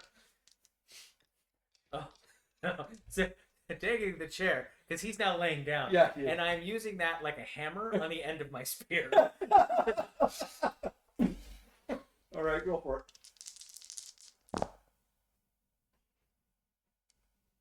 Six. Is there penalties for improv? No, it's not. In Fate, there isn't. No. I don't think. Yeah. It's just not a weapon, so you don't have the bonus. Oh well. I'm not using it as a tool, really. You're using it like a lever. you just hear this sickening kind of crunch, and a split and a hiss and a gloop gloop gloop and it kind of like pulls himself to his feet and his hand is like just over. You did him in the head? No, I hit the end of my spear. Okay, so Because now he was on his side, so it's like perfectly within range. He's got both hands on the hole, and his stuff is just leaking out of him.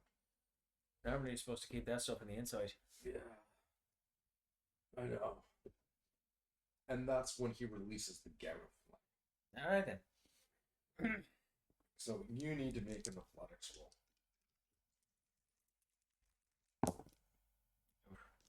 Ian apparently left us and is now back. Yay! You missed all the fun. Just wrapping up now. No, worse than that. I know, I'm just being... Okay, so good news, bad news, bad news. Oh. Good news. Steven is dead. Bad news is how he dies. He kind of gears up, eyes flare red. You can see the bellows in his chest, but the goo kind of pouring out of the hole in his chest between his fingers is starting to bubble and steam. That seemed way... Wow, he died fast. And he releases the gout of flame, which normally you would have been fine. You would have jumped the ring apron, would have been able at the cage door, been able to pull out if it was a controlled gout like he intended. But you pierced him right through clean. So everything from the nipple line up exploded. So instead of a gout of flame, it is a shock wave of stone, flesh, entrails, blood, fire, and you're pretty sure 3 people he previously was digesting. Gross. Okay then. And it goes at 360 degrees.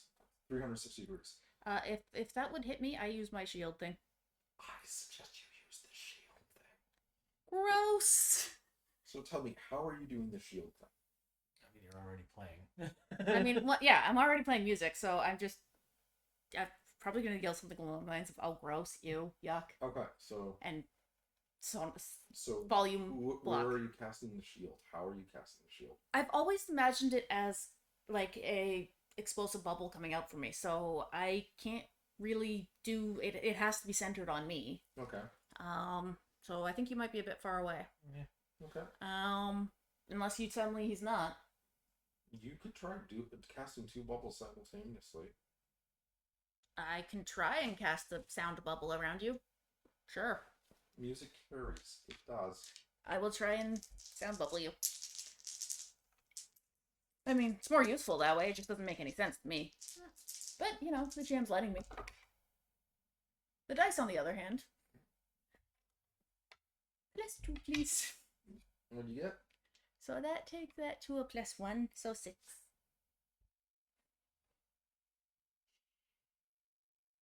6.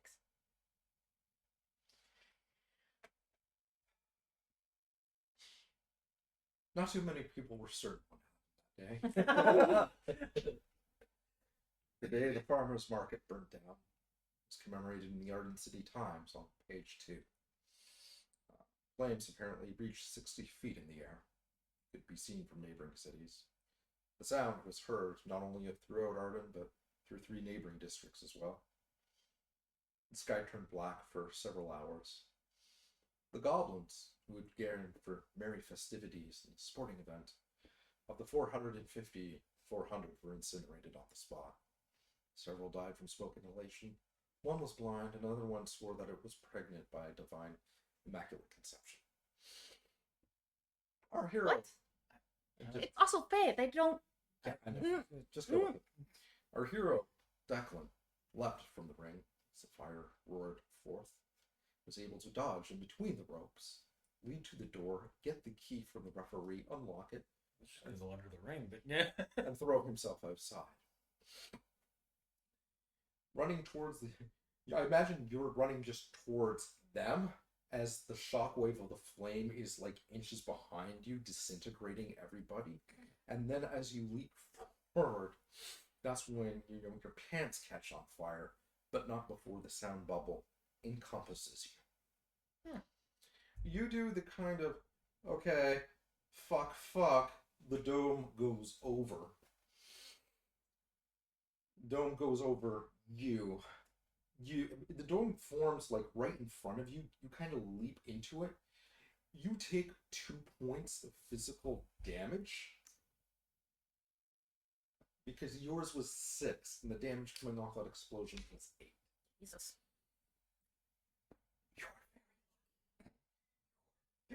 I mean, it wouldn't have killed me. It just would have sucked. So, Hello. Sorry, I didn't want to interrupt the moody thing Vex was doing, but hi, welcome. hey, so you're in this bubble of music, and you've got this beautiful melodic. It doesn't sound like thrash metal. I'll be putting out the fire that is my pants. Right Yeah.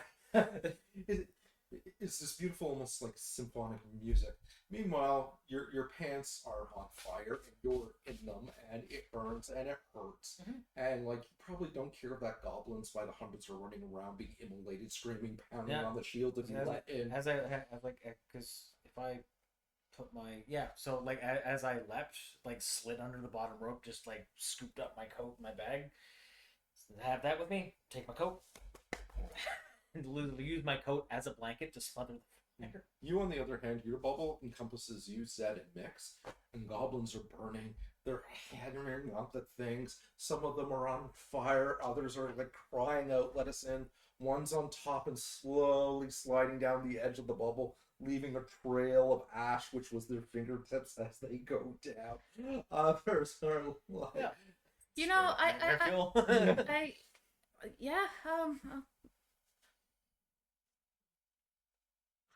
a moment later, bubbles go down. Like the bodies are piled up yay high. Ash and Fuck. Out, you lavish bastard. Mitz, where's your drink? Him? That's all right. Want a sip? Yeah, would you mind? Yeah, it's a Coke. So your pants are now like everything like from the groin level down has been like burnt. Jesus. The goblins are, you see them, they're immolated, charcoal, fried, frozen in positions of horror, their faces twisted into charcoal masks of screaming in terror. You see like the basically Steven's waist down, the part that didn't explode, is basically obsidian right now. Go. I'm gonna just walk through the wasteland and go up to remains of the ring, find my spear. Oh, it's an easy find. That's the sound of the wind blowing through the wasteland of dead goblin corpses. Kind of like knock over his leg. You don't knock it over, you touch it, and it just does. There a coin? Yeah.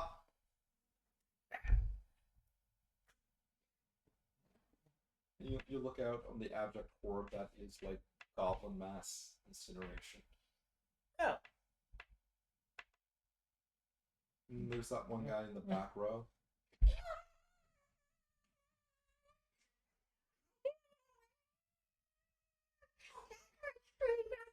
He's got the foam finger.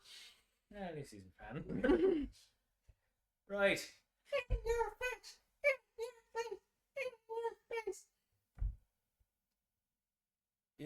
Literally no one left. You can go home. Well, I come poke.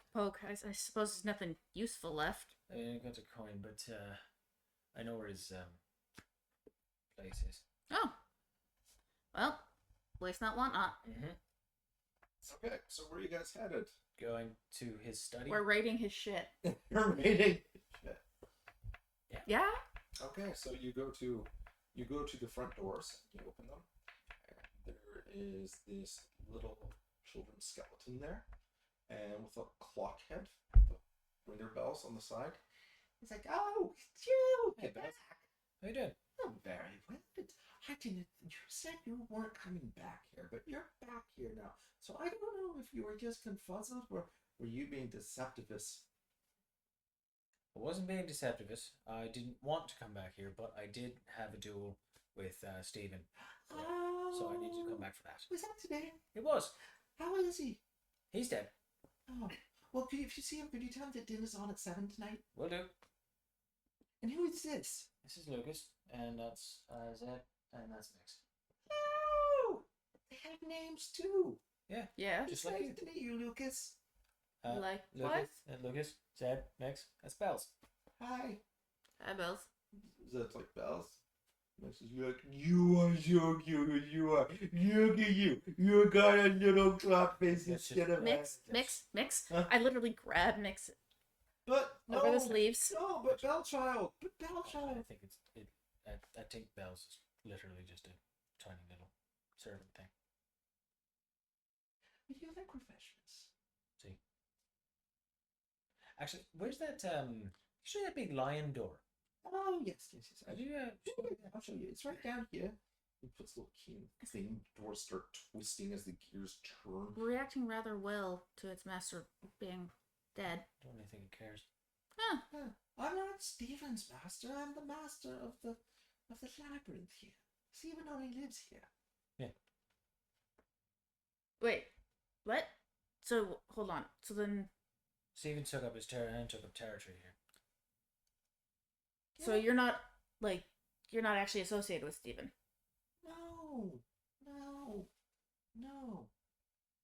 No. Are you a member of the Lunar Council? Yes. Yeah, it's Bells. Yeah. You see, it's like, how do I explain this? I mean, it's leading in. Oh, by the way, we've got pastries and baby quiche.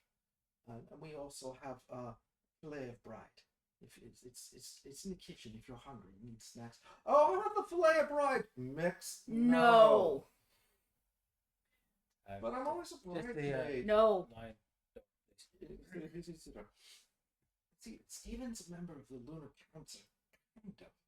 It's the labyrinth that's actually the member of the Lunar Council. And it has a proxy which goes up and does its bidding. I see. And Stephen was the proxy of the labyrinth.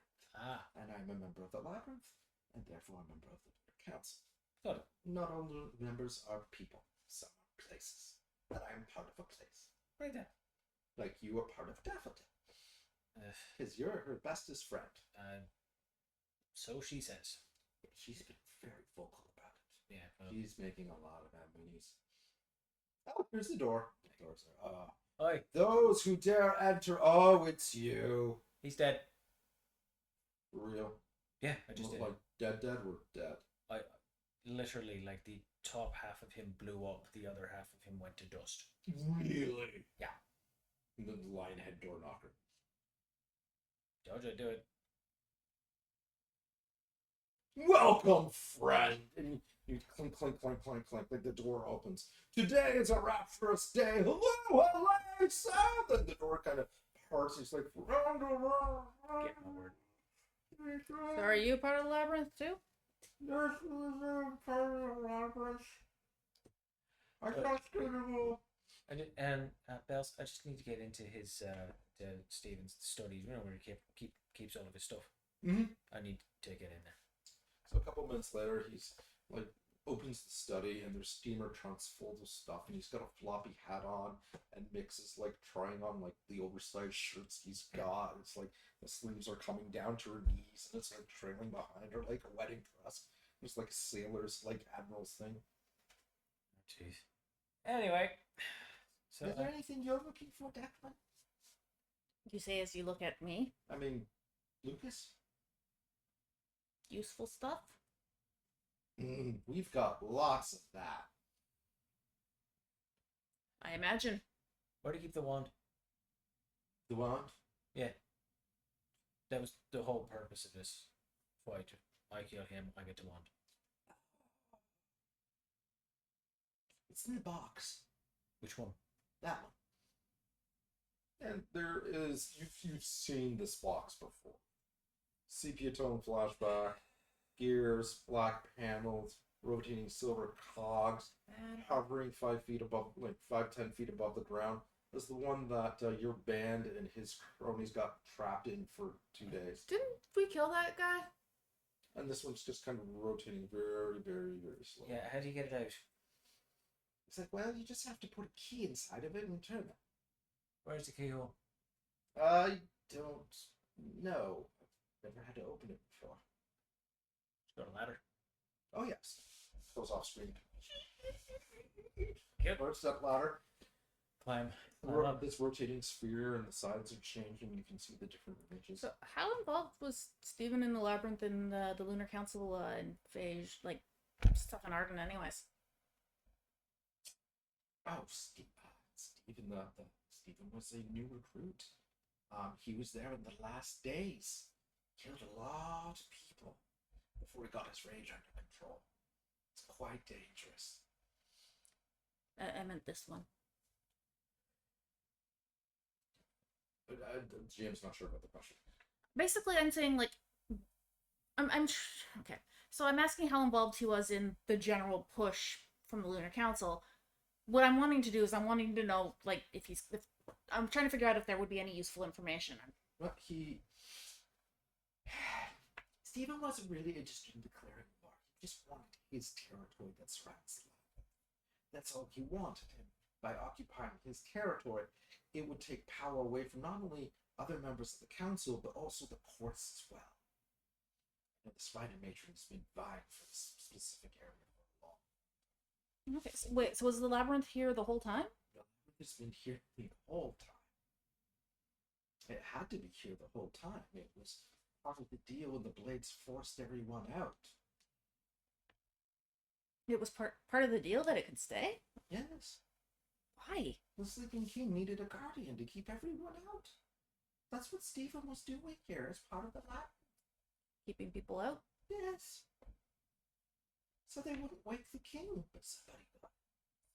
Oh, someone got in. Mm-hmm. Who got in? I'm not sure. You don't even know?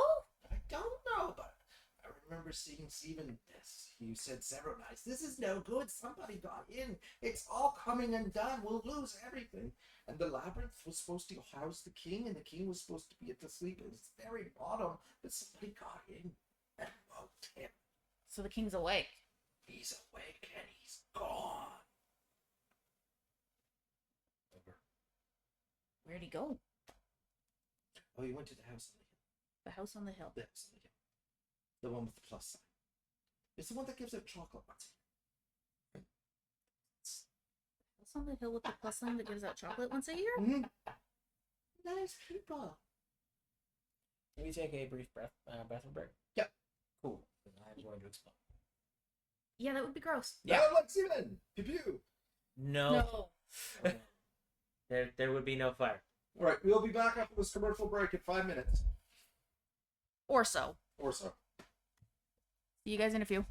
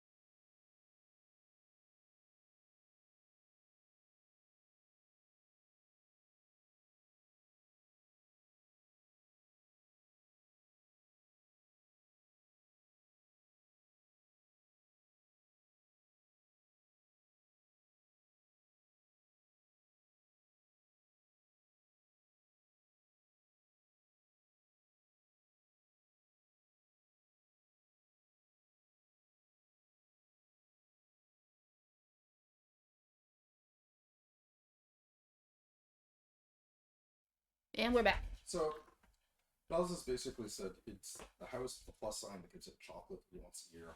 Now, that away. You need to roll notice. I'm looking for magical shit and knowledge and like books or notes or something like that. Then you need to roll for notice. 2. 2 does. Okay. You're looking for the keyhole. There's no keyhole in this box anywhere. It's rotating all these different, and it's a big size box. It's probably 5 feet by 5 feet by 5 feet, and it's always shifting. It's always changing. You do, however, notice it's got treble clefs, musical notes, that kind of things. That you're reading it as it kind of rotates back and forth. Lucas, Huh? it's locked yours. What? Musical notes. Take a closer look at it. Oh shit! You're right. Damn. It's kind of hoping we were going to use your method from last time. Just shove it in. Yeah. What else is like? Seemed to be the easiest method. I mean, yeah, but you know. Damn it. I was looking for shit. I'm gonna get to that roll in a minute. Yeah. Can I read what the notes are? Yeah, it's classic music. Okay, so it actually is readable. Yeah, but it's like classical, high end, like Brahms, and then it turns into Wagner, then it segues to Mozart. It's classical. And mutates into Beethoven. Roll your fucking eyes. You wouldn't be able to do half the shit without them. I know, but it's fiddly. It's what? Fiddly. It's annoying. Okay. 5. 5 for what? Music. What kind of music? Classical. Mm-hmm. The stuff the notes are playing. Mm-hmm. And you play classical music. Describe what it's like when you play classical music. Classic shit. Okay. So if I have to, ching. It's filthy. So you play your best impression of classical music. Is it stuff that's on the box, or is it stuff? It's the stuff the box is, like the notes it's giving. And you hear music starting to emanate out of the box, and it starts to unfold itself. The box is actually pulling itself apart, sort of like cheap. And there on a silver pedestal, on a silver stand, in a bell jar, is this beautiful, sparkling diamond.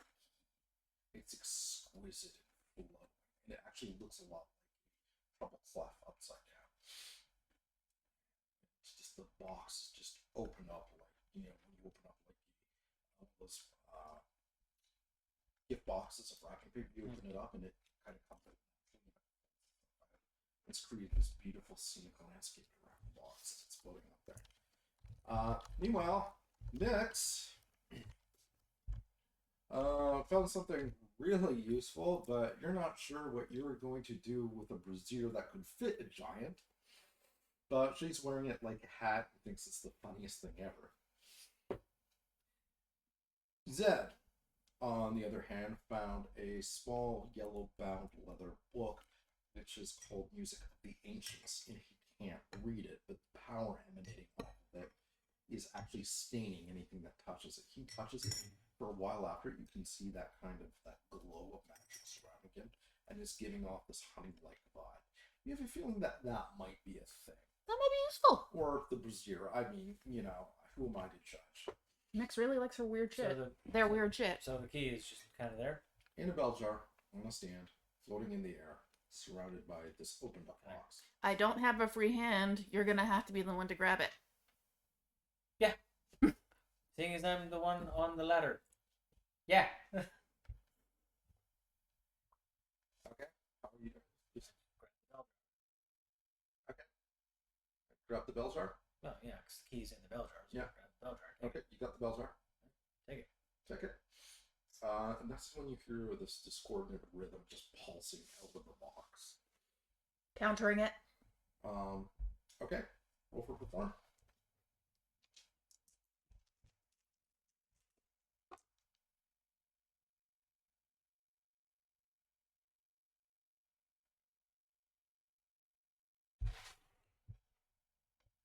I don't have any more fate points. Yeah, fate points for like 3 scenes. What are you complaining about? Well, okay. I rolled a 3. Okay. 3 is good enough.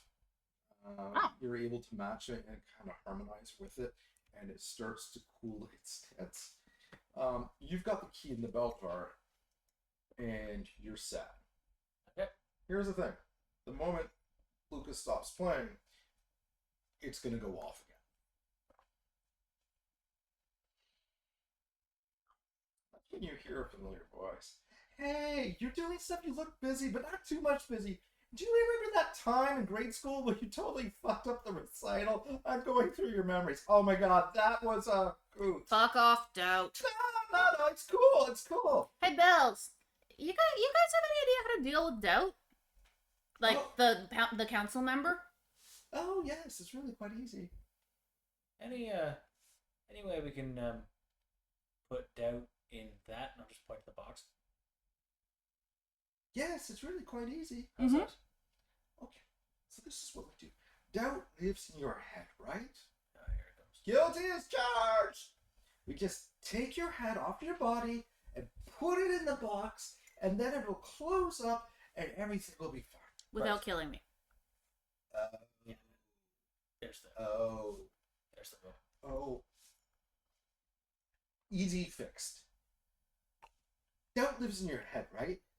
We take your head off, we put it in the box, and we replace your head with an alarm clock. I'm not feeling it. Is there any way we could just remove doubt from her head? His. His head. Put doubt just in, say, the bell jar. Well, yes, but it's very difficult. And How would you do that? painful. Right. And possibly dangerous. And how would you do that? Same way everyone gets rid of doubt. You just confront it. Did I mention the thing where we just take off his head? Yeah, it's that's not. Okay, so how do we confront Doubt? Because I've been telling it to fuck off the whole time.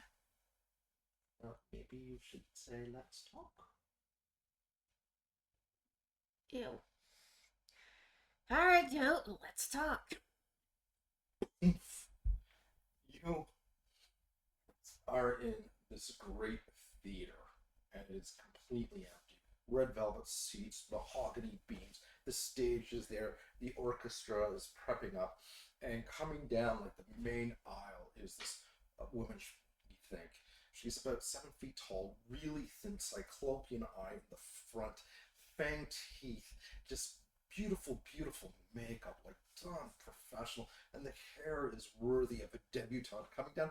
Oh, you've shown up! I've had such a hoot in your brain! Of all the colossal failures in life, you, my friend, are certainly exquisite. I've worked with many, but you are in par excellence.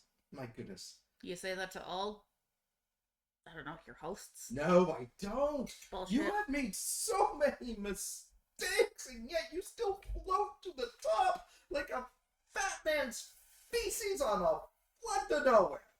Good for you. So, how about giving Mama the keys here, and I can take the body for a test drive, because it's obviously wasted on you. How about we don't? How about we meet you halfway and I say we do? No. Yes. You obviously came here to surrender, so I want you to know if you grovel enough, I will be merciful to you. If the mood strikes, go ahead. Grovel. Throw my dagger at Doubt. Roll for fighting. Actually, it would be athletics. Roll for athletics.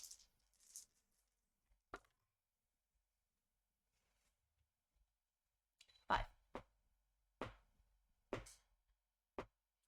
doubt you can do that. Dagger goes away. See, that's how it works. You're like, I am Lucas. I'm powerful. I can do the things, and you tried to do the thing. You didn't, Buttercup. No dice.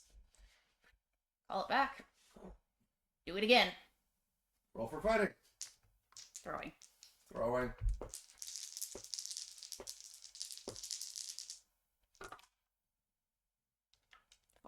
4. Still doubting you, big guy. You're annoying, you know that? Really? I'm annoying? How am I annoying? What have I done that's so terrible? You're the one who's like rude and upstaging your friends, talking down to Moxie. And what have you actually accomplished? Nothing! You're a washed out has-been punk rocker to music that only 6 people can relate to, and one of them is a culinary student.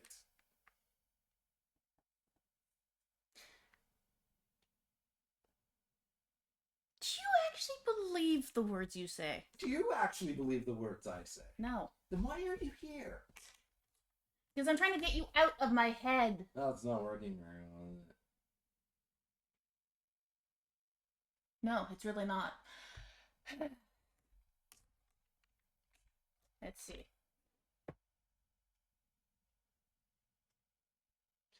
I'm going to try and disrupt the illusion place thing she's created with magic. Okay, I'm gonna try and attack that way. Go for it.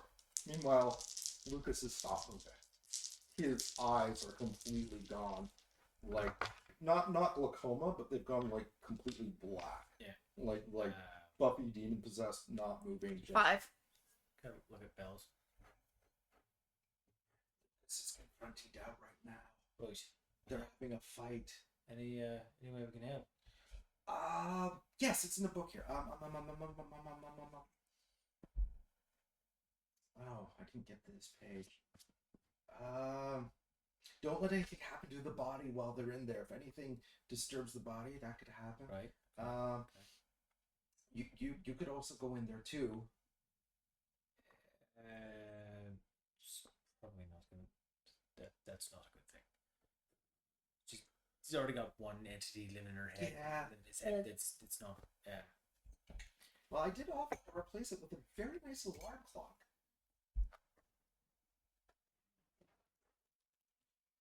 She's not an alarm clock that Doug can live in. Would you mind getting that for me? Sure. Thanks. So I'll just come up to Lucas's completely immobile body. Lucas, don't exactly know what's going on, but we've got a place for Doug when you're done with her.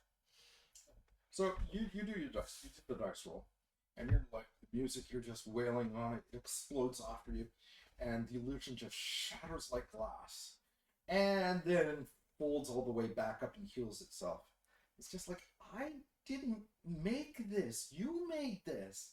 It's your head, dum-dum. This is all you doing. I don't actually do things here. It's you. Why are you fighting me? Why don't you just let me take over? I'm better at everything than you could possibly do anyway. Been a member of the Lunar Council. I've got power. People respect me. I'm a better performer. I've got more friends. Anything you've tried to do, I can do better. So just give it up. You're embarrassing yourself. Rather embarrass myself than be you. No, you don't mean that. Yeah, I do. No, I don't think you do. I am a musician. I go on stage and embarrass myself on a regular basis for fun. You actively choose to do this? Yes. But why? You're not rich. So you're not successful. Sorry, was the goal supposed to be wealth? Well, how else would anyone be a musician? Duh. Because music is fun. And No idea what you're talking about. it's because you have no soul. Fuck off. I am fun. I'm very fun. I am very fun. People call me Fun Doubt. They do. You just don't know them. They're from Canada. Canada's not real.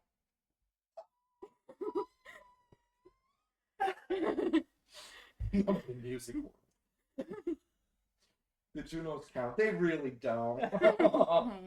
Oh. The shame. Roll for Will.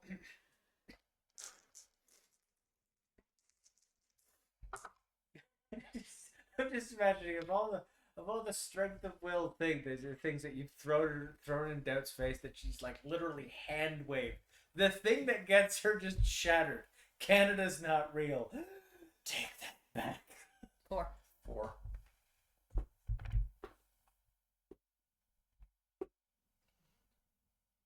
Oh, she is not liking that. She is not liking Take that. that back. Like the hair is unfurling, becoming messy. The dress is becoming a lot more tattered, and she opens her mouth, and you can see the teeth are actually prodding through the skin a lot more. She's like, you don't know what it's like. You think it's just fun. It's not fun. It's about survival and something you've never known.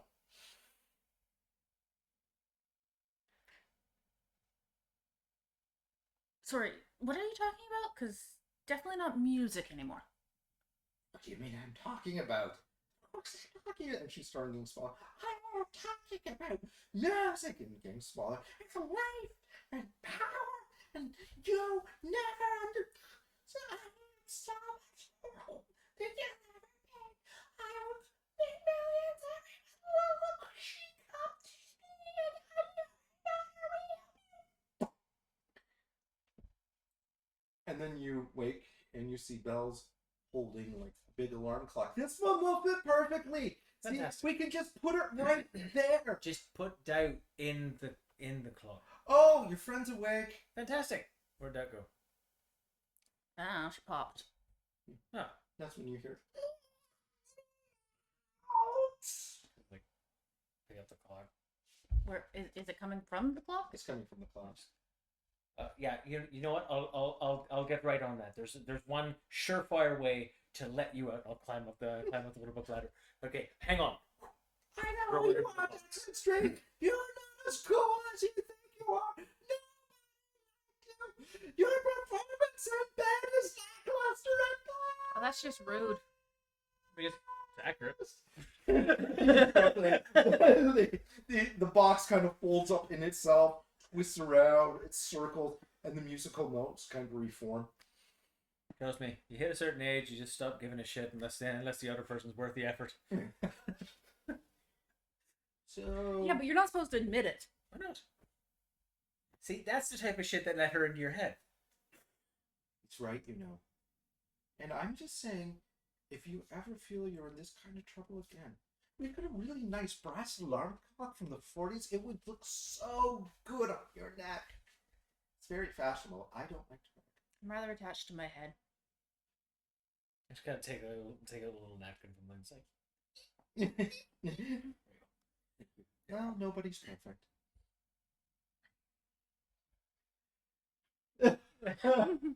Let's not go to Canada. It's a silly place. Took you guys long enough. It really is the truest life facts. Yeah. Anyway, right. So that's 2 down actually. Yeah, no coin. Why do the ones I kill never have coins? You have a coin. What? Where? It's right there. He picks up a coin. You know, hands it to you. Doubt. Huh. Loot, I get loot. So what do these things do? Can I get in on the full plan now that Oh yeah. See, the only way you can actually take over the territory from a Lunar Council member is by killing it, and that becomes yours. So technically, hand you like the 2 that you had given me because I don't know mine. These are also yours. Ah, So it looks like we both got 3. So there's like 6 portions of the territory of Arden City that are technically ours. Now, according to the Lunar Council's rules. actually, according to the Court of Roses as well, but according to them, there's also a way for us to not die and bequeath the territory over. So my idea was we give the territory, we split the territory evenly between the Court of Roses and the Court of Blades. That way, they have more territory to draw power from. But if these territories are in Arden, they already were claimed by one of the courts, so probably should actually just give them back to the one that they took from. Technically, yeah, but we killed the Lunar Council members that had them. Anyways, arguments later. Right. Hey, Zed, Yeah. any chance I can get you to take a message, I guess, to... Hey, do you know Steven had a Walkman here from '83? Nice. It's vintage. Look at this. Wow. Oh, dude, no, it's got the original headphones too, the foam ones. What's in it? Duran Duran, Blondie, Platinum Blonde. You really like this blonde? See, now I'm kind of really sad I killed him. I mean, aside from the whole "I'm going to murder you with a giant hook hand." Yeah. And the whole killing and eating children. Culture Right, Club. that. Oh, jeez. All right, let's go. Do we know where the He's got some Boy George. I mean, nobody's perfect, but anyway, So, question. Killed Steven, who's the avatar of the labyrinth. Right. How do we feel about Van Halen? Are we cool with that? We're good with Van Halen. All right. Just leave. Said just... What? You're interrupting. Sorry. Anyway, you were saying? Does that make you the new avatar of the labyrinth, or do we have to kill a labyrinth? Well, the labyrinth's a piece of territory. No, because Bell said it was the actual member of the council. Yeah. Okay, but the labyrinth doesn't actually do anything. It's just territory, yeah? It's territory, and it'll find somebody to be a proxy for it. We're allowed to have proxies. So why don't you be the proxy?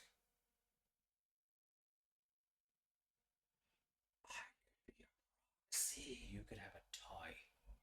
can I be the new Steven?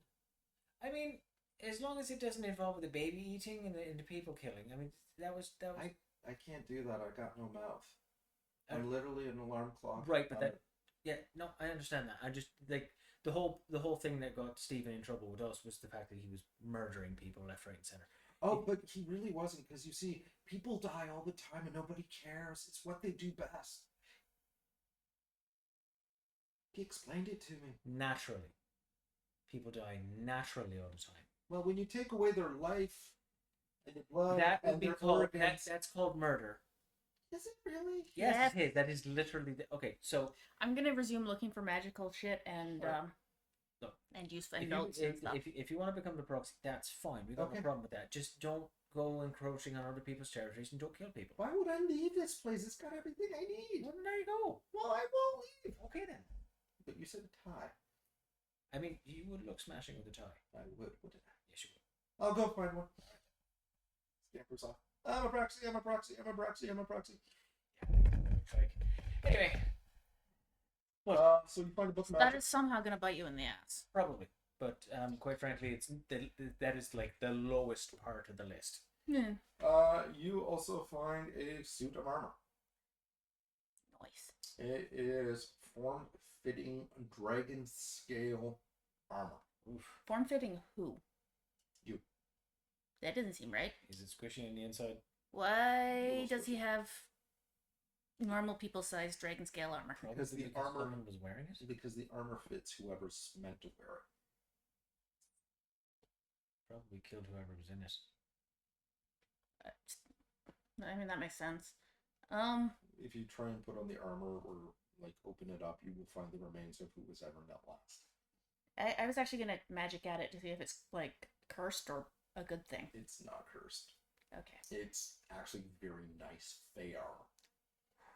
The only problem is it doesn't have a visor.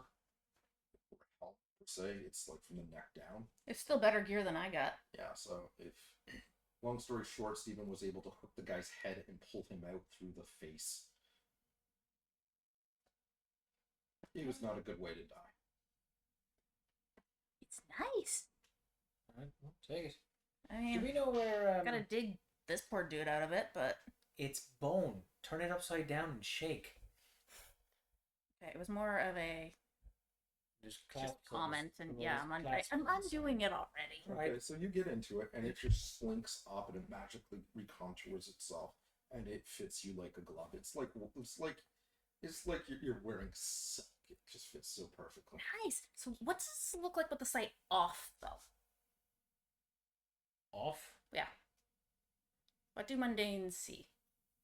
They see you wearing a very nice, like, sort of like the skinny jeans sport jacket combination, like nice going out wear. Like if you were wearing your normal clothes but you were trying to impress someone. So like the pants that don't have holes in them. Yeah. Okay, so it's got a decent glamour too. Score. Wait, do you always have your sight like totally on? Yeah.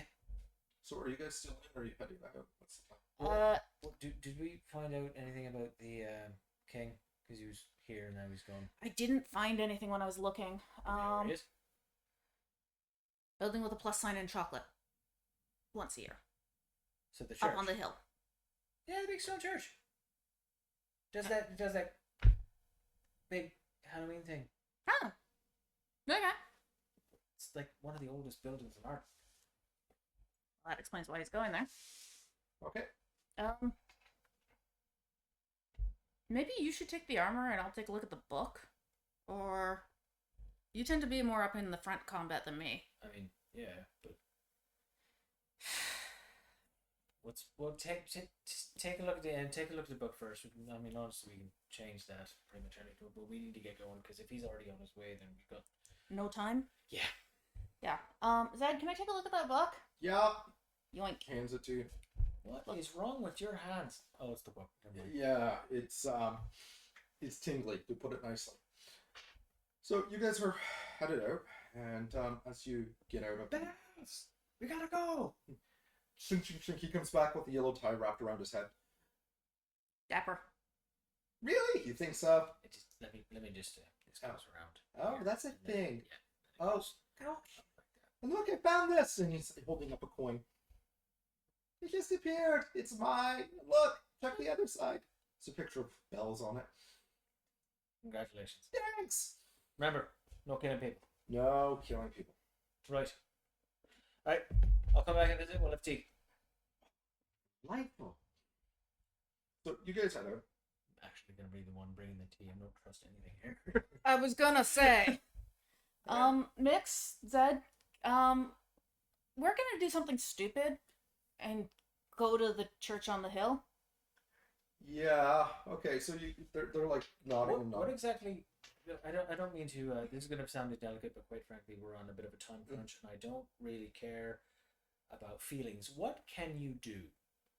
What do you mean? What can I do? Like magically speak your nightmare thing. I don't know what your thing is. Oh.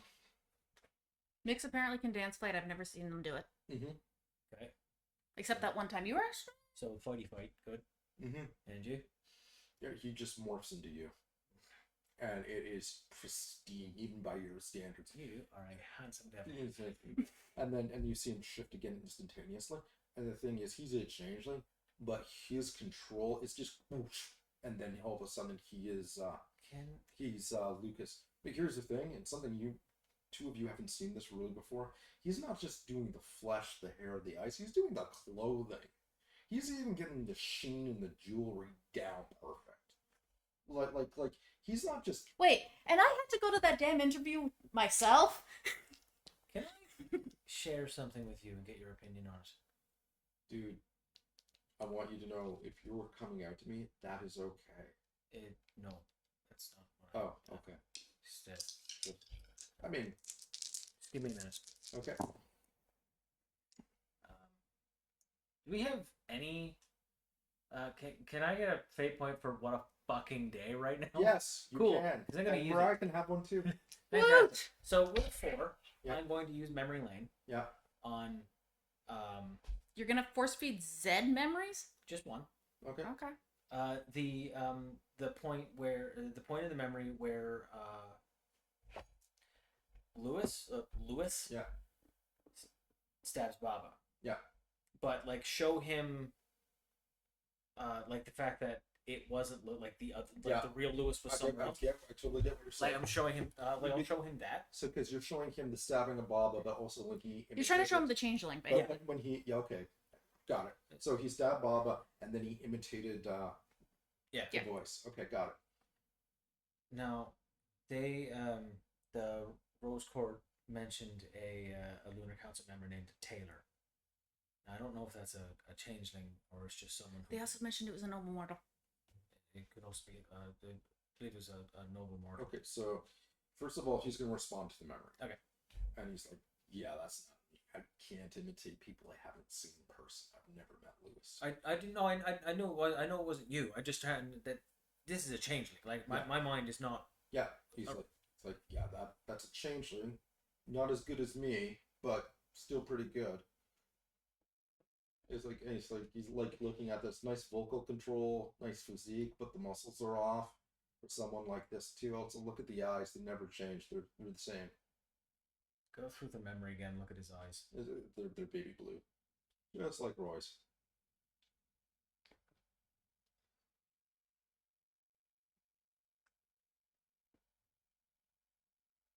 Taylor, yeah, Dad's mentioned him before. He's a freelance contract guy. Noble mortals don't even like him. A lot of shady stuff. Got in trouble for working for the Shadow Court, selling them shit they weren't to under market. Got involved. Got banished for a while. Rumor has it he doesn't work just for the Lunar Council. He'll work for anyone who's basically outcast. High magic, top tier level stuff. I'm gonna have to beat the shit out of Roy. He was in Belgium last time I heard. Why? Well, apparently he's here. Well, what I just showed you happened today. Okay. That's when your phone goes off. Answer it. Hello? Hey! Who's my top gunslinger right now? Who's the one who's got the pew pew boom boom coming this weekend? I don't know because I don't shoot. It's a metaphor. Metaphor!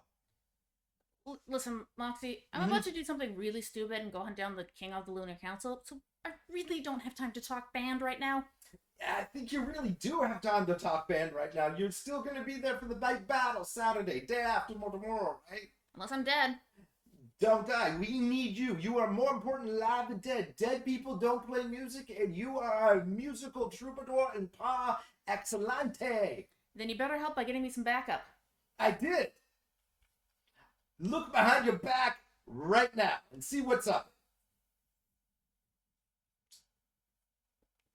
You see Mix like trying to do farty sounds, and Zed is like showing her how to do farty sounds properly, and the two of them are like doing farty sounds together.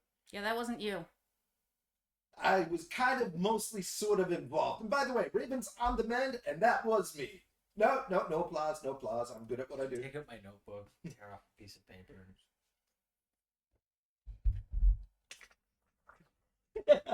Oh look, you're breaking. I can't. What was? You need a new Click. phone. Like, hang on. Not gonna lie, 50% of the reason I'm carrying around a notepad is for that very reason. Yeah, he's trying to claim credit for my work again. Oh yeah. Zed, I'm not sure infiltration's gonna be much use in this. Could you maybe see if you can get some backup help Actually, for a war actually- against the Fey ruler of a court? I think we're gonna need a lot. I'm sorry. Am I not useful enough for you? And that's when he starts to change. He goes from, his nice 6'1" physique. Notes, get a notepad. Yes. Yes! He starts to change, and as he does, you see the muscles start to swell. The shirt folds in. The hues on his legs start expanding. You see spines coming out. But why haven't you done this in any other fight I've seen you in? Wait, hang on. Do you mean to tell me? The head is like that. This entire time, you've just been farting around. The head is like that of a tiger. He's got the body of like a silverback gorilla. The hands are like owl talons. His hind paunches are kind of like a wolf's, except they descend in serpentine claws, and he's got a whip-like tail that's scaled. Zed? Look me in the eye right now. You mean to tell me this entire time you have been naked? Stark. You have been sitting on our couch. You sick bastard! What the hell is wrong with you? You're leaving little half-moon-shaped sweat stains on our fucking couch. What is... Oh! And that's when you hear Mix, hey, Bojangles. And this monster's head just turns to her. Like, I'm naked too under my clothes. Blink, blink. Actually, you know what you two can do? Go find Roy, slam him on the ground a bit, and then there's a sewing needle on his person. That's Baba. She's imprisoned in it. We free her, we got a shot. Alright. So they're eventually, they kind of nod. Also, if you can do this, why didn't you do that against the spiders? To be fair, spiders are really creepy. Did you just hear this voice? I had to, like, cut you down from their web thing. Because, Lucas, I have arachnophobia. Spiders are my bane. Literally? Literally. Dude, that's They hamstring my powers. I get within proximity of them, and one, my powers start to short circuit, and two, my skin starts crawling, and three, I have a flashback in that time when Susie Jenkins put it in my milk at recess, and I drank it, and there's a spider in my milk, and it's fucking freaky. So, hey, maybe you would like to talk about the uncle who touched me one time at Thanksgiving, Lucas.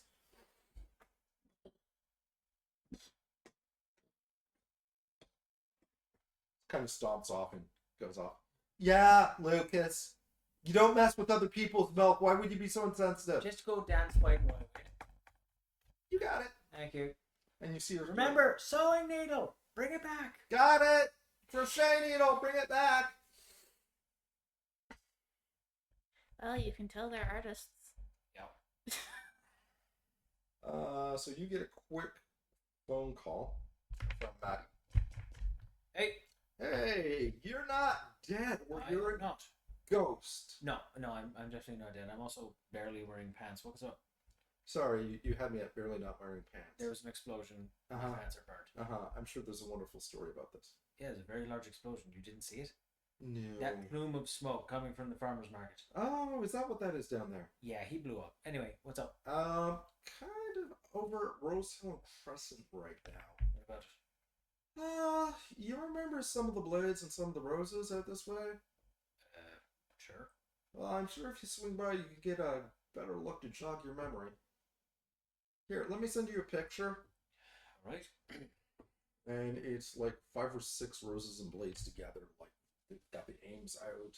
The roses look like they're about to cast some kind of spell, and they're completely calcified. They look like statues you would find in like a museum or a park. Fuck.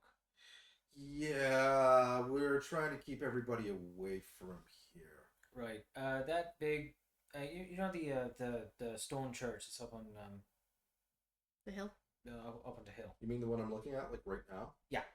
He's headed there. Oh shit. So leave. Yeah, you know what? There's a little nice bougie cafe down on McDonnell Street. Yeah, do that. Wonderful espressos. I'll meet you there at 7. Wear something pants. Sure. Click. So are we going into the stupid thing? Or have we been talked out of it? Oh no, I mean I need pants, but yeah, definitely stupid thing. And that's when the screen kind of goes black. Credits start to scroll. And you just hear Zed's voice. No. An iguana? No. With a bunny? No. How about a cockroach? Oh, why would I do that? Well, you're a lizard thing. It's not an iguana. What is it? Komodo dragon. Oh, nice. Zed, can I ask you a question? Yeah. You know when you get really big like that? Yeah. And you take on like all these like really fierce characteristics? Uh-huh. And you get really big? Uh-huh. Does your you get really big everywhere because you are Nick of most. Why would you ask that? Fucking Max. Priorities. Just saying.